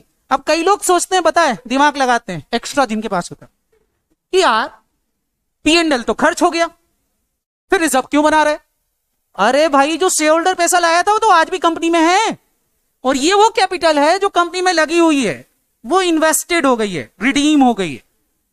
लेकिन P&L चला गया है, तो P&L को तो हटाना पड़ेगा, और P&L की जगह क्या नाम लिखना पड़ेगा? CRR। समझ में आया कि नहीं? तो जब भी कंपनी, बस बेटा हो गया, सबको समझ में आया कि नहीं? तो जब भी कंपनी फ्री रिजर्व से डिविडेंड बांटेगी, सारे बच्चे जल्दी से बताओ, फ्री रिजर्व से डिविडेंड बांटेगी तो कंपनी को क्या बनाना पड़ेगा? CRR बनाना पड़ेगा। क्यों? क्योंकि कंपनी के शेयर होल्डर ने जो पैसा दिया था वो कंपनी में आज भी इन्वेस्टेड है। शेयर होल्डर P&L वाला पैसा ले गया है और अपनी कैपिटल यहीं छोड़ गया है जो कैपिटल रिडीम हो चुकी है। तो मैं उसको चेंज कर दूंगा, और क्या नाम रख दूंगा? फटाफट बोलो। CRR रख दूंगा। क्लियर? ये तो हो गई लॉजिकल बात कि भाई CRR क्यों बनाते हैं। दूसरी बात, अगर मैं उसका नाम P&L ही लिखा रहने दूं तो शेयर होल्डर उससे दोबारा डिविडेंड मांग सकता है कि नहीं? क्योंकि P&L तो फ्री होता है। बोलो। जबकि पैसा खर्च हो चुका है। बोलो। तो उस पैसे को ब्लॉक भी तो करना पड़ेगा। क्लियर है कि नहीं? ब्लॉक कैसे होगा? P&L का नाम चेंज करना पड़ेगा, फ्री रिजर्व का नाम चेंज करना पड़ेगा। फ्री रिजर्व को क्या बना दूंगा? फटाफट बोलो। CRR। Any doubt? तो ये था बेटा हमारा CRR। और CRR पेमेंट के बराबर का नहीं बनेगा, पेमेंट तो मैंने ज्यादा दिया, P&L का पैसा ज्यादा खर्च किया। शेयर होल्डर की कैपिटल में कितना पैसा पड़ा था, केवल उतने के बराबर बनेगा, क्योंकि ये पैसा केवल कैपिटल के अमाउंट के बराबर है, ना कि पेमेंट के बराबर है। बोलो तो कितने के बराबर बनेगा, जोर से बोलो, फेस वैल्यू के बराबर। कौन सी वैल्यू, फेस वैल्यू। इसलिए लिखा है कि equivalent to nominal value of shares के बराबर का बनाना पड़ेगा। लॉजिकली क्लियर हुआ सबको कि नहीं, बोलो। अब इधर ऑफलाइन में होते तो और अच्छे से क्लियर करते, बट जगह जितनी थी उस हिसाब से अपन ने एडजस्ट किया। पर इतना सबको समझ में आया कि नहीं, कर सकते हैं इसको, इट इज इजी, कर लोगे। तो एंट्री क्या होगी, सारे बच्चे बता दो, फ्री रिजर्व्स की एंट्री क्या होगी, बोलो। Free reserve account debit to CRR. कौन सा पैसा, डिविडेंड। अगर डिविडेंड वाला पैसा यूज करते हो, P&L से बायबैक करते हो, तो आपको ये एंट्री डालना ही पड़ेगी। क्लियर है कि नहीं, free reserve account debit to CRR.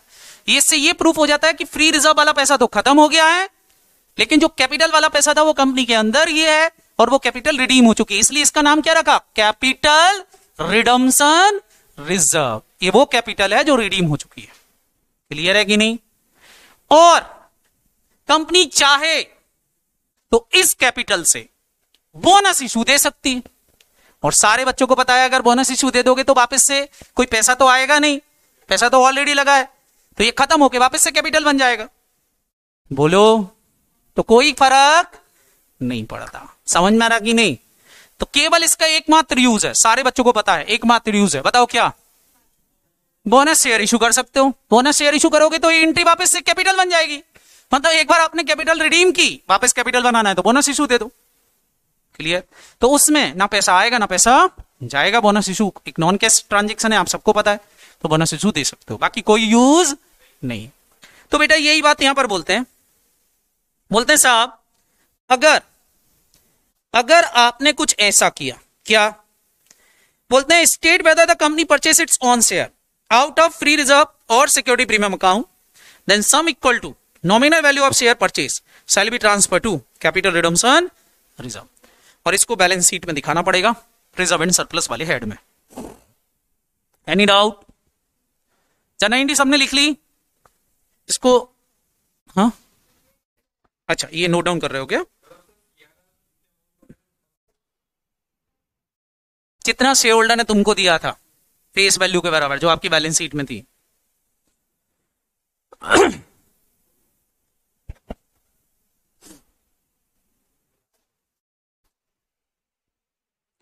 अब तुम समझ में आ गया होगा सिक्योरिटी प्रीमियम को यहां क्यों लिया गया है, क्योंकि सिक्योरिटी प्रीमियम का पैसा भी इस ब्लैक वाले अमाउंट में होगा कि नहीं, अरे होगा ना।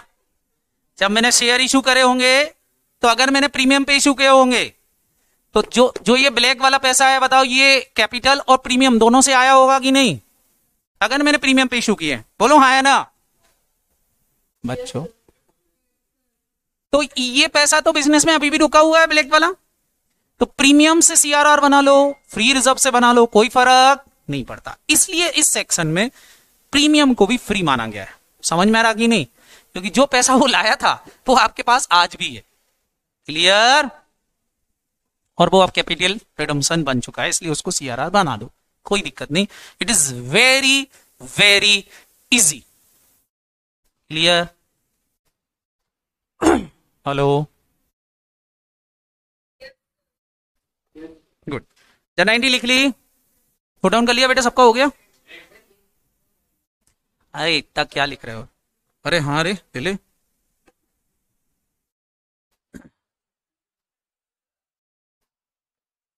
मेरे नजरों के सामने क्या कर रहा,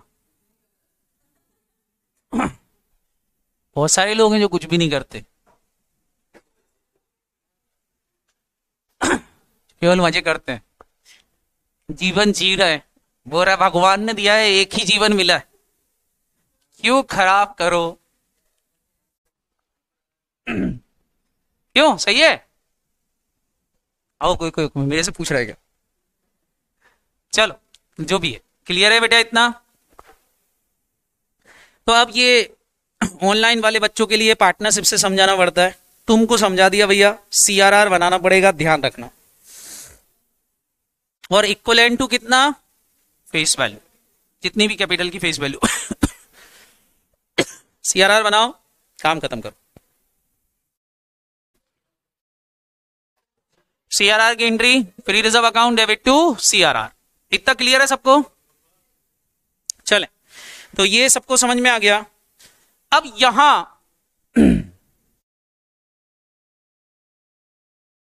अरे वाह दीदी, सारे बच्चे ध्यान से समझेंगे एक और चीज जी। इक्विटी शेयर डिस्काउंट पर इशू नहीं हो सकते हैं। सेक्शन 53 ऑफ कंपनीज एक्ट, कोई भी कंपनी डिस्काउंट पर शेयर इशू नहीं कर सकती है, एक्सेप्ट स्वेट इक्विटी शेयर्स को छोड़ के। क्लियर है कि नहीं? बाकी डिस्काउंट पे शेयर इशू नहीं होते। हाँ, क्या बोल रहे बोलो।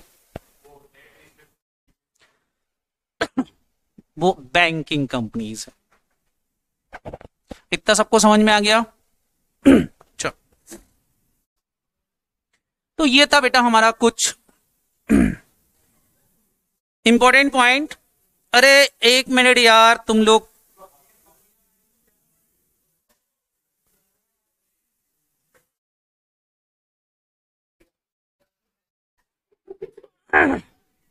बड़ी दिक्कत है बेटा, इधर ऑफलाइन वाले बच्चे कुछ कुछ ले आते हैं और खाते रहते हैं। मोहित बेटा क्या करूं, कभी बम्बैया खाते हैं, कभी कमला पसंद खा रहे हैं, कोई चुटकी खा रहा है, कोई गुटकी खा रहा है। बहुत दिक्कत है, क्या बोलूं मैं। और अकेले अकेले नहीं खाते, ये एक दूसरे को ऑफर भी करते हैं कि मैं अकेला नशेड़ी गंजेड़ी नहीं हूं, इस पूरी क्लास में सभी नशेड़ी हैं।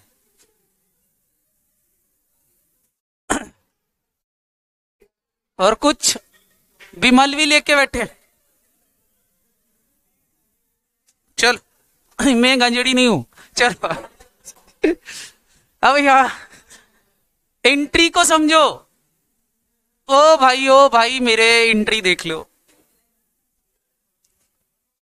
एक बात ध्यान रखें, जो एक एक्सेप्शंस है जो फाइनेंस जगत के लोग बोलते हैं, ये बोलते हैं सिक्योरिटी प्रीमियम रिजर्व से सीआरआर नहीं बनाना है, केवल जनरल रिजर्व, पी&एल या डिविडेंड इक्वलाइजेशन रिजर्व से ही क्या बन सकता है? फटाफट बोलो, सीआरआर बनेगा। मतलब सीआरआर बनाने में अब सिक्योरिटी प्रीमियम यूज नहीं करोगे। वो इसलिए क्योंकि सिक्योरिटी प्रीमियम फ्री नहीं होती, उससे डिविडेंड नहीं बांटा जा सकता। सिक्योरिटी प्रीमियम से बायबैक का लॉस सेट ऑफ कर लो। यूज करना है सिक्योरिटी प्रीमियम, लेकिन लॉस के सेट ऑफ में कर यूज करो, सीआरआर बनाने में नहीं। इसका लॉजिक क्या है? तो वो ये कि अगर आप सिक्योरिटी प्रीमियम यूज करोगे तो आउटसाइडर की लाइबिलिटी अफेक्टेड होगी। क्यों अफेक्टेड होगी? क्योंकि आप सबने पढ़ रखा है कि डिविडेंड वाला पैसा, अर्न प्रॉफिट यूज किया जा सकता है, लेकिन सिक्योरिटी प्रीमियम तो किसी से उधार लिया हुआ पैसा है। समझ में आ रहा कि नहीं? भले आपने शेयर होल्डर से लिया तो है, वो कमाया तो है नहीं, वो फ्री तो नहीं है। इसलिए भले सेक्शन ने बोला है फ्री रिजर्व है, तो फ्री रिजर्व बोला है तो हम यूज करेंगे, लेकिन कैसे यूज करेंगे वो हम लॉजिकली समझेंगे। बट इतना याद रखेंगे सारे बच्चे, सिक्योरिटी प्रीमियम का यूज सीआरआर बनाने में नहीं करेंगे। क्लियर? जब तक क्वेश्चन खुद स्पेसिफाई ना कर दे कि भाई सिक्योरिटी प्रीमियम से भी सीआरआर बनाओ, तब तक हमको नहीं बनाना। कोई डाउट? ये नोट डाउन करके रख लो, जब मैं प्रैक्टिकल समझाऊंगा तो आपको क्लियर हो जाएगा। ओके अदिति, क्लियर हो गई बेटा? इधर समझ में आ गया? पीछे तुमको नहीं मिला कमला पसंद? मिला है? दुखी हो तुम? मैंने कहा चल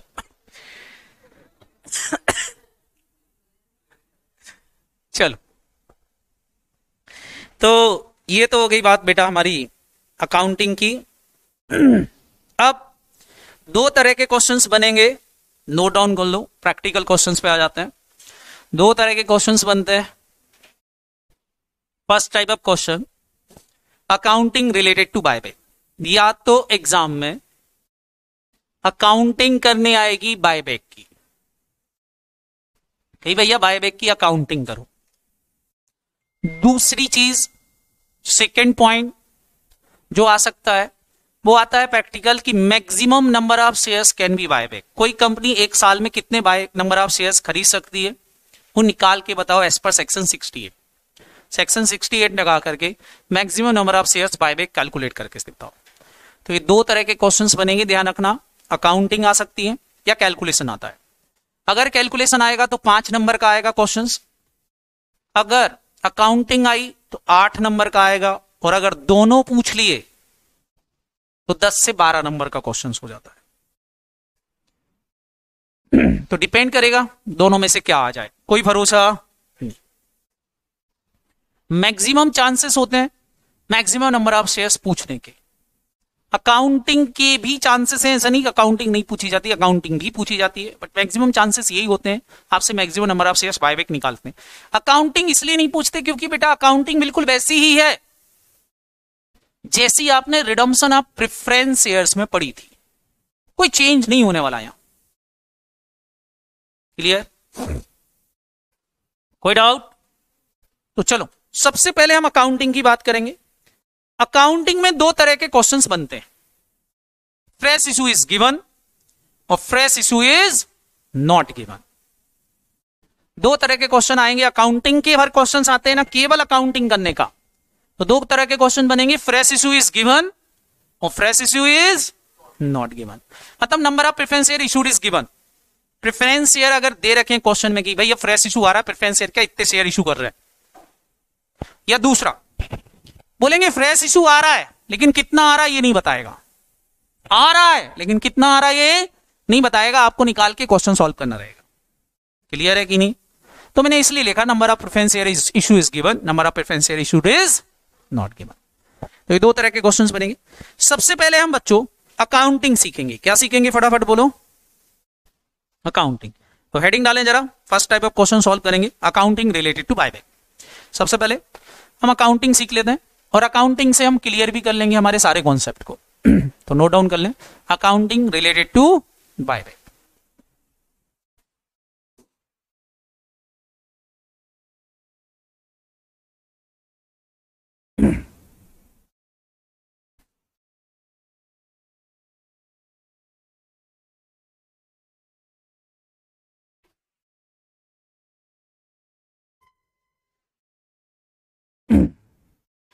लिख लिया बच्चों? Hello, accounting related to buyback. अब देखो बेटा बायबैक कैसे होगा, बायबैक प्राइस पे डिपेंड करेगा। बायबैक कैसा होगा? Buyback price. जैसे इशू आता था तो किस पे डिपेंड करता था? इशू प्राइस पर। वैसे यहां बायबैक किस पे डिपेंड करेगा? बायबैक प्राइस पर। पहले तरह का बायबैक हो सकता है बायबैक एट पार। क्या हो सकता है? Buyback at par. तो पहला लिखो बायबैक एट पार। अगर बायबैक एट पार हो रहा है, क्लियर है कि नहीं? बायबैक एट पार का मतलब है कंपनी ने शेयर होल्डर से 100 रुपए की फेस वैल्यू वाला शेयर सर्टिफिकेट लिया और 100 रुपए ही दिए। लिया भी कितना? जोर से बोलो। 100 की फेस वैल्यू वाला शेयर सर्टिफिकेट। दिया भी कितना? मतलब बायबैक प्राइस कितनी रखी है? फटाफट बोलो। 100 रुपए। मतलब फेस वैल्यू के बराबर ही है। अगर बायबैक प्राइस फेस वैल्यू के बराबर है तो इसको क्या बोलेंगे? सारे बच्चे बताओ, इसको क्या बोलोगे? Buyback at par. Real life में ऐसा नहीं होता। क्यों? क्योंकि मैंने बताया था जनरली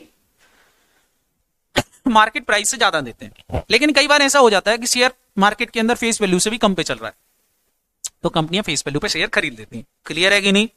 बोलो। तो ऐसे केस में आप सारे बच्चे बताओ कंपनी को प्रॉफिट होगा कि लॉस होगा? 100 की चीज ली, 100 रुपए ही दिए, बताओ कंपनी को कोई प्रॉफिट लॉस होगा क्या? नहीं। तो इसकी जनरल एंट्री डालना है। It is very easy. सारे बच्चे जनरल एंट्री डालेंगे। बताओ कंपनी के पास क्या आई, शेयर सर्टिफिकेट आया, तो कंपनी डालेगी शेयर सर्टिफिकेट मतलब शेयर कैपिटल अकाउंट डेबिट। और दिया किसको है, सारे बच्चे बताओ पैसा किसको दिया, शेयर होल्डर को। तो आप सारे बच्चों को पता है कि कंपनी की बुक्स में अकाउंटिंग अक्रूअल बेसिस पर होती है, ड्यू बेसिस पर। ड्यू बेसिस अक्रूअल बेसिस एक ही होता है। तो पहले ड्यू बेसिस पर होगी तो पहले एंट्री ड्यू होगी, पहले एंट्री क्या होगी, ड्यू। तो एंट्री डालेंगे, लिखें एंट्री होगी equity shares capital account debit, equity shares capital account debit. ये अकाउंटिंग कब करोगे, जब बायबैक प्राइस किसके बराबर है, फेस वैल्यू के। तो एंट्री होगी equity shares capital account debit. भैया कैपिटल को डेबिट कर देंगे कौन सी वैल्यू से, फेस वैल्यू से, हमेशा याद रखेंगे। ये पैसा किसको देना है, इक्विटी शेयर्स कैपिटल का पैसा किसको देना है, शेयर होल्डर। कौन से shareholder, equity shareholder को देना है कि नहीं। तो लिख देंगे to equity shares holder account buyback price से। तो इस एंट्री में कोई डिफरेंस नहीं आएगा, नरेशन लिखेंगे बिग बायबैक मनी ड्यू, हमने बायबैक मनी ड्यू कर ली। तो पहली एंट्री होगी equity shares capital account debit, capital cancel करना है, कैपिटल का बैलेंस क्रेडिट होता है, कैंसिल करने के लिए डेबिट कर दिया और उसकी जगह शेयर होल्डर के नाम लिख लिए जिनको पैसा देना है। तो एंट्री होगी equity shares capital account debit to equity shareholder. ध्यान रखना कैपिटल हमेशा डेबिट होगी फेस वैल्यू से और इक्विटी शेयर होल्डर में हमेशा कौन सी प्राइस आएगी, बायबैक प्राइस, क्योंकि देना उनको बायबैक प्राइस है। चूंकि यहां सेम है तो सेम वैल्यू आ गई। नरेशन क्या लिखोगे इसका, सारे बच्चे जल्दी से नरेशन बताओ क्या लिखोगे, narration being buyback money due, buyback money due कर ली, पेमेंट कर देंगे। पेमेंट करने की एंट्री क्या होगी आपको बताओ, शेयर होल्डर का बैलेंस क्रेडिट चल रहा है, क्या कर दोगे उसको, डेबिट। तो एंट्री हो जाएगी equity shareholder account debit to bank, equity shareholder account debit to bank. साफ पेमेंट कर दिया, खत्म। It's too easy. समझ में आया कि नहीं आया, बोलो। अच्छा अगर मैं ये बीच में से हटा दूं, शेयर होल्डर बीच में से हटा दूं, डेबिट क्रेडिट, तो नेट एंट्री तो वही हुई ना, capital account debit to bank. Balance sheet में इधर से बैंक कम हो जाएगा, इधर से कैपिटल कम हो जाएगी, उसी को तो बायबैक बोलते हैं, बोलो। अरे हाँ है ना भैया, बायबैक में क्या होगा, जो बैलेंस शीट है, बैलेंस शीट में क्या होगी, यहां से कैपिटल कम हो जाएगी, यहां से बैंक बैलेंस कम हो जाएगा, क्लियर है कि नहीं। तो नेट एंट्री तो यही बचेगी ना। तो एंट्री क्या हो गई, सबको क्लियर हो गया, नोट डाउन कर ली। चल पेमेंट कर देंगे equity shareholder account debit to bank, काम खत्म। ये बायबैक की दो एंट्रियां एग्जाम में डालने आएंगी, बताओ बहुत डिफिकल्ट काम है, डाल दोगे इसको। दूसरा ऐसा भी तो हो सकता है कि बायबैक प्रीमियम पर हो, बायबैक किस पे हो, कंपनी शेयर होल्डर से शेयर सर्टिफिकेट ले रही है, लेकिन शेयर सर्टिफिकेट ले रही है तो वो तो हमेशा फेस वैल्यू वैल्यू आएगा शेयर सर्टिफिकेट तो, क्योंकि आप सबने पढ़ रखा है सेक्शन 68 बोलता है फुल्ली पेड अप शेयर्स ही बायबैक हो सकते हैं, पार्टली पेड शेयर्स का बायबैक नहीं हो सकता। तो शेयर कैपिटल तो डेबिट होगी फेस वैल्यू से ही, हो गई। लेकिन कंपनी ने बायबैक प्राइस रखी 150, बोलती शेयर होल्डर जी चिंता मत करो, तुमको उतना नहीं देंगे जितना तुम लाए थे, उससे तुम ज्यादा लेके जाओ, तब तो तुम खुश होगे, नहीं तो दुखी होगे। बड़ा बैग दिया था कि नहीं तुमको, हाँ समझ में आ रहा कि नहीं, तो देंगे ज्यादा। तो इसको क्या बोलोगे, बायबैक एट। अब मेरा क्वेश्चन है, बताओ इसमें कंपनी को प्रॉफिट हो रहा कि लॉस हो रहा, लॉस। 100 की जगह कंपनी को 150 रुपए देना पड़ रहा है, इट इज लॉस। लॉस कितना हो रहा, बताओ 50 रुपए का नुकसान है कि नहीं। तो अब यहां एंट्री क्या डालें, पहले तो बताओ क्या आई, शेयर कैपिटल आई कितने रुपए की, तो एंट्री डालोगे क्या, फटाफट बोलो। व्हेन बायबैक प्राइस जो है बेटा ज्यादा है फेस वैल्यू से, तो एंट्री होगी, इसको बोलेंगे बायबैक एट प्रीमियम। एंट्री क्या डालेंगे, that is very very important, exam में यही वाला क्वेश्चन ज्यादा आता है। तो सारे बच्चे ध्यान से देखेंगे, एंट्री क्या होगी भैया, equity shares capital account debit 100 रुपए से to equity shareholder buyback price से। अब एंट्री में डिफरेंस आ रहा है कि नहीं, कितने रुपए का डिफरेंस आ रहा बच्चों, तो उसको हम चाहें तो लिख दें लॉस ऑन बायबैक, और हम चाहें लिखें तो प्रीमियम ऑन बायबैक लिख सकते हैं, लेकिन ज्यादा अच्छा है लॉस ही लिख दो, खत्म, कोई दिक्कत नहीं, नुकसान है तो लॉस ऑन बायबैक लिख दो। कितने रुपए से, फटाफट बोलो, 50। प्रीमियम ऑन बायबैक भी लिख सकते हो, premium on buyback is also loss. Clear है कि नहीं, क्योंकि देना पड़ रहा है। तो ये डिफरेंस आ रहा 50 का, अपने आप आ जाएगा। नरेशन क्या लिखोगे, बीइंग बायबैक मनी ड्यू, सब बायबैक मनी ड्यू हो गई। फिर क्या करेंगे, शेयर होल्डर को पेमेंट करेंगे। शेयर होल्डर को पेमेंट करने की एंट्री क्या होगी, सारे बच्चे बताओ, शेयर होल्डर को पेमेंट करने की एंट्री, ये जो हमने क्रेडिट किया था शेयर होल्डर, यहां उठा के क्या कर देंगे, डेबिट, और टू बैंक 150 रुपए पेमेंट कर देंगे, काम खत्म। क्लियर। लेकिन यहां एक काम एक्स्ट्रा करना पड़ेगा, ये लॉस हुआ है ना, इस लॉस को सेट ऑफ करना पड़ेगा। इस लॉस को क्या करना पड़ेगा, सेट ऑफ। अरे लॉस को सेट ऑफ करेंगे पहले तो, CRR RIR तो अलग चीज है, वो दो एंट्री तो अलग है, वो मैंने लिखवा दी है। सारे बच्चे बताओ लॉस को सेट ऑफ कहां से किया जा सकता है, तो मैंने बोला था इस लॉस को सेट ऑफ कर सकते हो आप कहां, सिक्योरिटी प्रीमियम यूज कर सकते हो, जनरल रिजर्व यूज कर सकते हो, P&L या फ्री रिजर्व यूज कर सकते हो। क्लियर है कि नहीं, तो यूज इसी सीक्वेंस में करेंगे, ध्यान रखना, पहले सिक्योरिटी प्रीमियम यूज करेंगे, फिर जनरल रिजर्व कम पड़ गया तो, फिर और कम पड़ गया तो P&L, मतलब सबसे पहले रिस्ट्रिक्टेड रिजर्व यूज करेंगे, फिर उससे फ्री, फिर सबसे फ्री। क्लियर है कि नहीं, P&L सबसे ज्यादा फ्री होता है, उससे कोई सा भी लॉस सेट ऑफ हो सकता है, तो उसको सबसे लास्ट में यूज करेंगे। तो एंट्री हो जाएगी सिक्योरिटी प्रीमियम अकाउंट डेबिट, इनके बैलेंस हमारी बुक्स में क्रेडिट चल रहे होंगे, खत्म करेंगे। General reserve account debit, P&L account debit to loss on buyback. Clear, अरे हाँ या ना, ये सेटअप कर देंगे। कोई डाउट, इतना सबको समझ में आया, तो पेमेंट कर दिया बेटा, एंट्री डाल दी, फुर्सत, it is too easy, entry डालो, काम खत्म। सेम थर्ड काम, थर्ड डिस्काउंट पर, इशू डिस्काउंट पे नहीं आ सकता, लेकिन बायबैक डिस्काउंट पे हो सकता है। सर डिस्काउंट पे कैसे, बेटा शेयर की प्राइस इतनी गिर गई कि मार्केट में वो शेयर 30 रुपए का मिल रहा है, और शेयर होल्डर को लगता है कि भैया कंपनी को कम से कम 60 रुपए तो देना चाहिए, तो भी शेयर होल्डर खुश हो जाएंगे कि जो 30 चल रहा है मार्केट में कम से कम 60 तो मिल रहा, फेस वैल्यू 100 रुपए, तो 100 रुपए वाला शेयर कंपनी 60 रुपए में खरीदती है क्योंकि मार्केट में प्राइस बहुत कम हो गई है, तो इसको क्या बोलोगे, बायबैक एट डिस्काउंट। ऐसे केस में बताओ 100 रुपए की चीज कंपनी को 60 रुपए में मिल गई, तो ऐसे केस में कंपनी को क्या होगा, फटाफट बोलो, प्रॉफिट होगा। क्या होगा, फटाफट बोलो, प्रॉफिट। तो ऐसे केस में प्रॉफिट होगा, इसको क्या बोलोगे, बायबैक एट डिस्काउंट, कि भैया बायबैक डिस्काउंट पे हो रहा है। एंट्री क्या होगी पहली, आप सबको पता है, सारे बच्चे बताओ, पहले बायबैक मनी ड्यू करेंगे, जनरल एंट्री सबको आती है, क्या एंट्री होगी ड्यू करने की, बोलो। Share capital account debit face value से 100 रुपए से, टू इक्विटी शेयर होल्डर कितना 60 रुपए बायबैक प्राइस, और डिफरेंस जो आएगा वो कैपिटल रिजर्व में जाएगा, क्योंकि that profit is capital nature, it is not a revenue nature, क्योंकि आपने गुड्स से नहीं कमाया, शेयर कैपिटल से कमाया, तो ये प्रॉफिट कहां ट्रांसफर कर दोगे, कैपिटल रिजर्व में। तो एंट्री हो जाएगी equity shares capital account debit to equity shareholder to capital reserve, narration being buyback money due, और इसके बाद हम पेमेंट कर देंगे equity shareholder account debit to bank, same entry. कोई डाउट, नहीं होता, नहीं, हमारे बुक्स में कुछ भी हो सकता है। इतना सबको समझ में आया कि नहीं।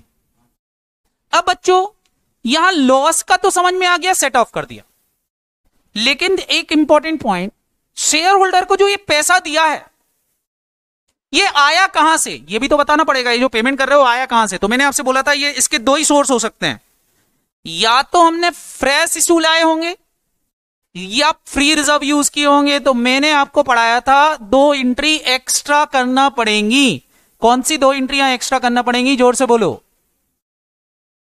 कौन सी 2 एंट्री एक्स्ट्रा करना पड़ेंगी बच्चों, एक तो फ्रेश इशू की और दूसरी कौन सी, जो फ्री रिजर्व को CRR, अगर फ्री रिजर्व यूज कर रहे हो तो CRR, तो नोट डाउन कर लो, 2 एंट्री एक्स्ट्रा होंगी, ध्यान रखें कौन कौन सी, फटाफट बोलो।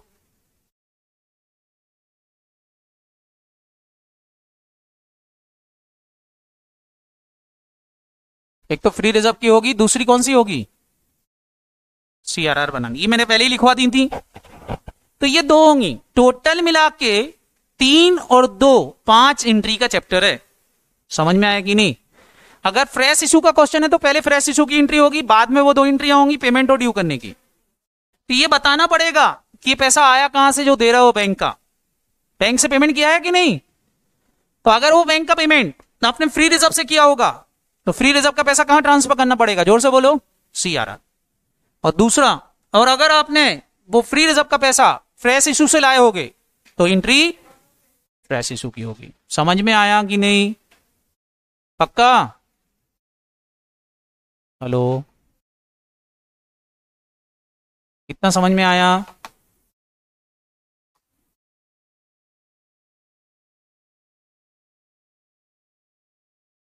हाँ हाँ, पहले जनरल रिजर्व यूज करेंगे फिर P&L।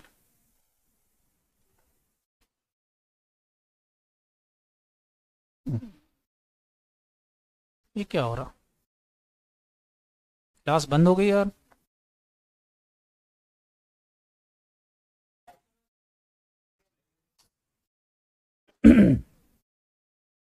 ऑनलाइन वाले बच्चे गायब हो गए, इंटरनेट चल रहा है यार, गायब क्यों हो गए? ज्वाइंटेस हो गए। चलो, इतना समझ में आया कि नहीं, कोई डाउट? तो आज मैंने आपको 5 एंट्री सिखाई, 5 एंट्रियां क्लियर हैं कि नहीं? ध्यान रखेंगे बायबैक कहां कहां से हो सकता है, बोलो। फ्रेश इशू से दूसरा, और तीसरा दोनों के कॉम्बिनेशन भी यूज कर सकते हो। थोड़ा सा बायबैक कर लो, बाय फ्री रिजर्व यूज कर लो, थोड़ा सा फ्रेश इशू ले आओ। क्लियर? चलो, तो कल इसके आगे डिस्कस करते हैं।